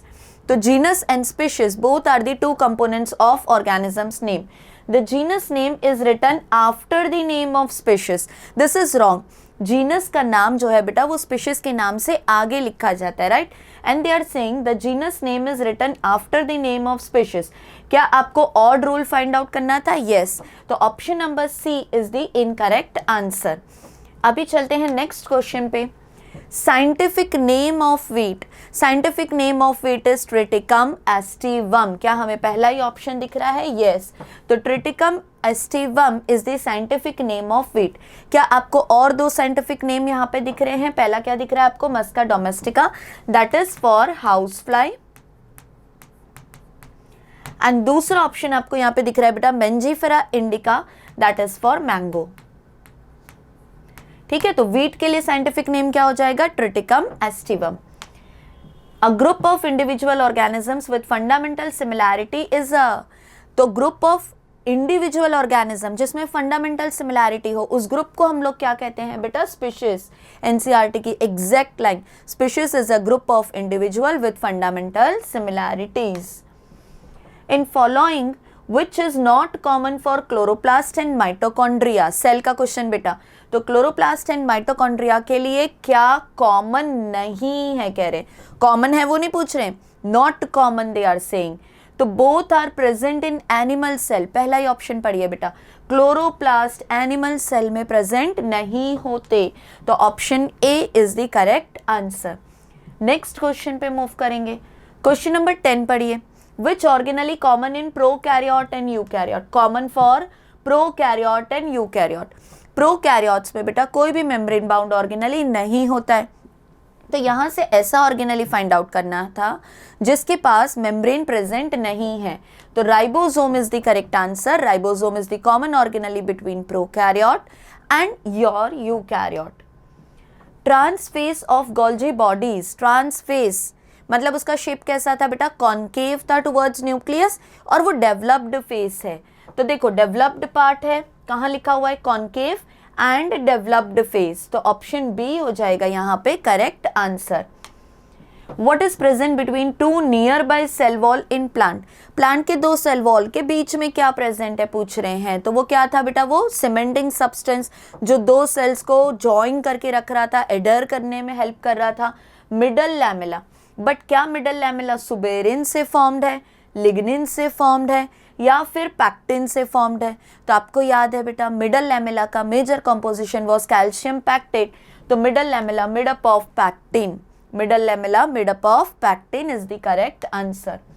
A single human cell has approximately कितना metre long thread of DNA होता है उसके पास? 2 metre long thread of DNA which is distributed among its 46 chromosome. तो 2 metre long DNA distributed among its 46 chromosome. B is the correct answer. Theodor Schwann was, अभी Theodor Schwann कौन थे बेटा, तो he was a British zoologist, तो पहला ही option बेटा, Theodor Schwann was a British zoologist and your Matthias Schleiden was German botanist. Cell theory का पार्ट, राइट. चलिए, match the column 1 with column 2. Typical bacteria का साइज बेटा is 1 to 2 micrometre, तो यहाँ पे हम 1 लिख देते हैं. Ribosome is the site of protein synthesis, तो यहाँ पे हम 2 लिख देंगे. तो 1 के लिए आंसर इज Q, 2 के लिए आंसर इज P, और ऐसा हमें एक ही ऑप्शन दिख रहा है यहाँ पे, that is option number B. फिर भी हम 3 के लिए S है, चेक करते हैं. लॉन्ग एंड ब्रांच्ड मतलब नर्व सेल्स, एंड प्लाज्मिड के लिए आंसर हो जाएगा बेटा साइट ऑफ बैक्टीरियल ट्रांसफॉर्मेशन, तो यहाँ पे 4. तो ऑप्शन क्या हो जाएगा यहाँ पे, answer is option B. Which leucoplasts are found more in number of potato? अभी पोटैटो के अंदर बेटा कौन सा ल्यूकोप्लास्ट ज्यादा होता है, तो पोटैटो के पास starch is the reserve food material, तो स्टार्च स्टोर करने के लिए हमें याद है द आंसर इज अमाइलोप्लास्ट. तो स्टार्च हम लोग कहाँ पे स्टोर करते हैं, अमाइलोप्लास्ट, तो यहाँ पे आंसर क्या हो जाएगा बेटा, option number A. Elaioplast is for oil. Potato के केस में हम लोग ऑयल्स या फैट्स को स्टोर करते नहीं है, उसके लिए एग्जाम्पल क्या था बेटा, कैस्टर सीड्स, राइट. चलिए नेक्स्ट क्वेश्चन देखिए. सेल्यूलोज इज अ, तो cellulose is made up of glucose subunits, ठीक है. तो cellulose is a homopolymer where all the monomeric units are same, तो यहाँ पे आंसर क्या हो जाएगा बेटा, it is a homopolymer, polymer of glucose, तो it is not a polymer of glycogen, it is a polymer of glucose. Name of the structural formula of the given structure correctly. Name the structural formula. यहाँ पे ये किसका structure represent कर रहे हैं बेटा, सबसे पहले तो देखो यहाँ पे जो यहाँ पहला वाला आपको A वाला स्ट्रक्चर दिख रहा है वो प्यूरिन है. क्या है, नाइट्रोजन बेस प्यूरिन. अभी प्यूरिन में देखो आपको अमीनो दिख रहा है बेटा, तो इट इज एडेनिन. 2 प्यूरिन होते हैं हमारे पास, कौन कौन से, एडेनिन एंड ग्वानिन, उसमें से ये कौन सा है, एडेनिन है. नीचे वाला स्ट्रक्चर जो आपको दिख रहा है, राइट, तो ये हो गया प्यूरिन. प्यूरिन में कौन सा बेटा, एडेनिन. ये स्ट्रक्चर है आपका पिरिमिडिन. पिरिमिडिन में ध्यान से देखिए बेटा, ये पिरिमिडिन में क्या गिवन है आपको, 2,4 डाइऑक्सी, मिथाइल ग्रुप गिवन नहीं है, तो ये क्या हो जाएगा आपका यूरेसिल. तो adenine and uracil, option A is the correct answer. Next देखिए, आइडेंटिफाई द गिवन फिगर. ये आपको फिगर गिवन है बेटा और हमें इसे आइडेंटिफाई करना है. तो ये जो पूरा फिगर है बेटा एज इट इज एनसीईआरटी से है. यहाँ पे देखिए आपको 2 फैटी एसिड्स दिख रहे हैं, फॉस्फेट ग्रुप दिख रहा है और ये एक फंक्शनल ग्रुप दिख रहा है, राइट. और ये पूरा आपका ग्लिसरॉल का चेन है यहाँ पे. तो this structure represents your lecithin. क्या रिप्रेजेंट करता है बेटा, ये lecithin, which is an example of your phospholipids. Next चलते हैं. If R group is hydroxymethyl, R group क्या है बेटा, हाइड्रोक्सीमिथाइल. और जब भी हम देखते हैं एनसीईआरटी के डायग्राम्स बेटा, तो अमाइनो एसिड्स में जब आर साइड चेन जो था वो हाइड्रोक्सीमिथाइल था. अमाइनो एसिड का नाम क्या था बेटा, सेरिन. अमाइनो एसिड कौन सा था, सेरिन, राइट. चलिए, concanavalin A is, concanavalin is a secondary metabolite. क्या है कॉन्केनेवलिन बेटा, सेकेंडरी मेटाबोलाइट. और सेकेंडरी मेटाबोलाइट में किसका एग्जाम्पल है, तो हमें याद है इट इज अ लैक्टिन. तो concanavalin is a lectin which is a secondary metabolite. It contains 16 carbon. 16 carbon के लिए एक ही एग्जाम्पल हमें गिवन है and that example is palmitic acid. कौन सा एग्जाम्पल है बेटा, पामेटिक एसिड. जो आपको फर्स्ट ऑप्शन यहाँ पे दिख रहा है एराकिडोनिक एसिड, इसके पास कितने कार्बन थे, 20 कार्बन थे. Cysteine is an amino acid, तो उसकी बात हम नहीं करेंगे. Glycerol is a trihydroxy propane, तो वो भी नहीं देखेंगे. तो 2 फैटी एसिड है आपके पास, उसमें से पामेटिक एसिड के पास कितने कार्बन होते हैं बेटा, 16. विच sentence is correct for structure of haemoglobin. अभी हीमोग्लोबिन के पास बेटा टोटल 4 पॉलीपेप्टाइड चेन होती हैं. 4 पॉलीपेप्टाइड चेन में से 2 polypeptide chain are of your alpha and 2 polypeptide chain of beta. तो यहाँ पे आंसर क्या हो जाएगा, 2 alpha chain and 2 beta chain. So option 3 is the correct answer. Option C is the correct answer. Significance of meiosis, meiosis होता ही क्यों है बेटा, ताकि गैमीट फॉर्मेशन के टाइम पे हम प्लॉइडी लेवल को रिड्यूस कर सके टू हाफ, और फिर से जब गैमीट फ्यूजन हो तो नेक्स्ट जनरेशन के अंदर आप प्लॉइडी लेवल को रिस्टोर कर पाओ। तो सिग्निफिकेंस ऑफ मियोसिस क्यों होता है बेटा, ताकि हम मेंटेन कर सकें chromosomal number in specific species. Chromosome के नंबर को हम क्या करेंगे, मेंटेन। गैमीट फॉर्मेशन के टाइम पे हमने क्या किया, प्लॉइडी लेवल को रिड्यूस किया टू हाफ। जैसे गैमीट फ्यूज होंगे यही प्लॉइडी लेवल वापस से रिस्टोर होगा इन द नेक्स्ट जनरेशन। तो आंसर क्या हो जाएगा यहाँ पे, option number C. Next question देखते हैं, in which phase cells are biosynthetically active but they can not proliferate. Biosynthetically active है बट मल्टीप्लाई नहीं करते, वो कौन सा फेज है आपका, G, zero phase. Next question बेटा कौन सा है, क्वेश्चन नंबर 26। देखो यहाँ पे आपको एक डायग्राम दिख रहा है, डायग्राम के अंदर ध्यान से देखिए, सारे chromosomes are arranged on this metaphysic plates and they are attached to your spindle fibres and these spindle fibres are attached to the asters. तो यहाँ पे हमें फाइंड आउट करना है the following is true for the given figure except that. आपको क्या find out करना है, एक्सेप्ट दैट, मतलब जो रॉन्ग आंसर है वो करना है। Kinetochore of chromosome attached with spindle fibre, ये सही है। Formation of nuclear envelope around chromosome, यहाँ पे आपको कोई भी न्यूक्लियर एनवेलप का फॉर्मेशन नहीं दिख रहा है, ये कौन सा स्टेज है बेटा, मेटाफेज है। तो ये कौन सा स्टेज हम देख रहे हैं, दिस इज मेटाफेज। तो मेटाफेज में कभी भी न्यूक्लियर एनवेलप फॉर्म नहीं होता, तो option B is the except answer. Except मतलब incorrect one for the statements. Next देखिए, चूज करेक्ट ऑप्शन। ठीक है, अभी पेयरिंग करना है कॉलम 1 एंड कॉलम 2 के लिए। सबसे पहले होमोलोगस क्रोमोसोम्स आर सेपरेटेड, तो होमोलोगस क्रोमोसोम्स सेपरेट होते हैं बेटा एनाफेज 1 में, तो 4 के लिए आंसर हो जाएगा पी।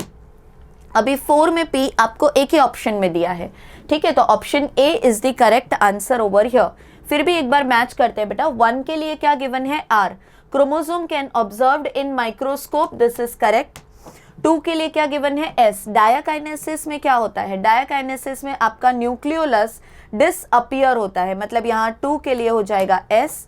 3 पैकाइटिन में बेटा क्रॉसिंग ओवर होता है, वो हमें बहुत अच्छे से पता है, पैकाइटिन में रिकॉम्बिनेशन नोड्यूल फॉर्म होता है एंड क्रॉसिंग ओवर अकर्स। तो यहाँ पे आंसर क्या हो गया, option number A. Next question देखिए, in the 24 hour average duration of cell cycle, किसका सेल साइकिल है, ध्यान देना बेटा, ह्यूमन सेल का। तो 24 आवर का पूरा सेल साइकिल का टाइम है, उसमें से एम फेज के लिए कितना टाइम होगा, तो एम फेज के लिए बेटा सिर्फ 1 आवर। कितना, 1 आवर।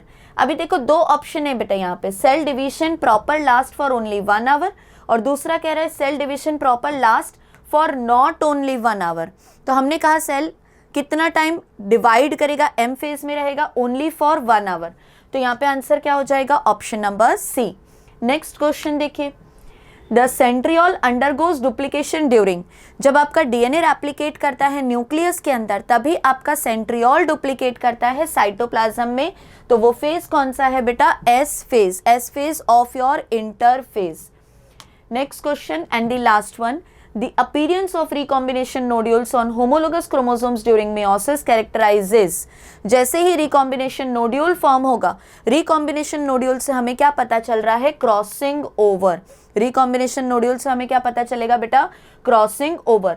फिर से पढ़ते हैं, the appearance of recombination nodule on homologous chromosomes during meiosis characterizes sites at which crossing over occurs। तो यहाँ पे आंसर क्या हो जाएगा, ऑप्शन नंबर बी। तो इसी के साथ बेटा पूरा पेटेक्स का सॉल्यूशन हम लोगों ने कर लिया। आपको अगर फिर भी किसी क्वेश्चन में क्वेरी है बेटा, तो आप कमेंट सेक्शन में प्लीज़ अपने कमेंट्स पुट करिए। Thank you.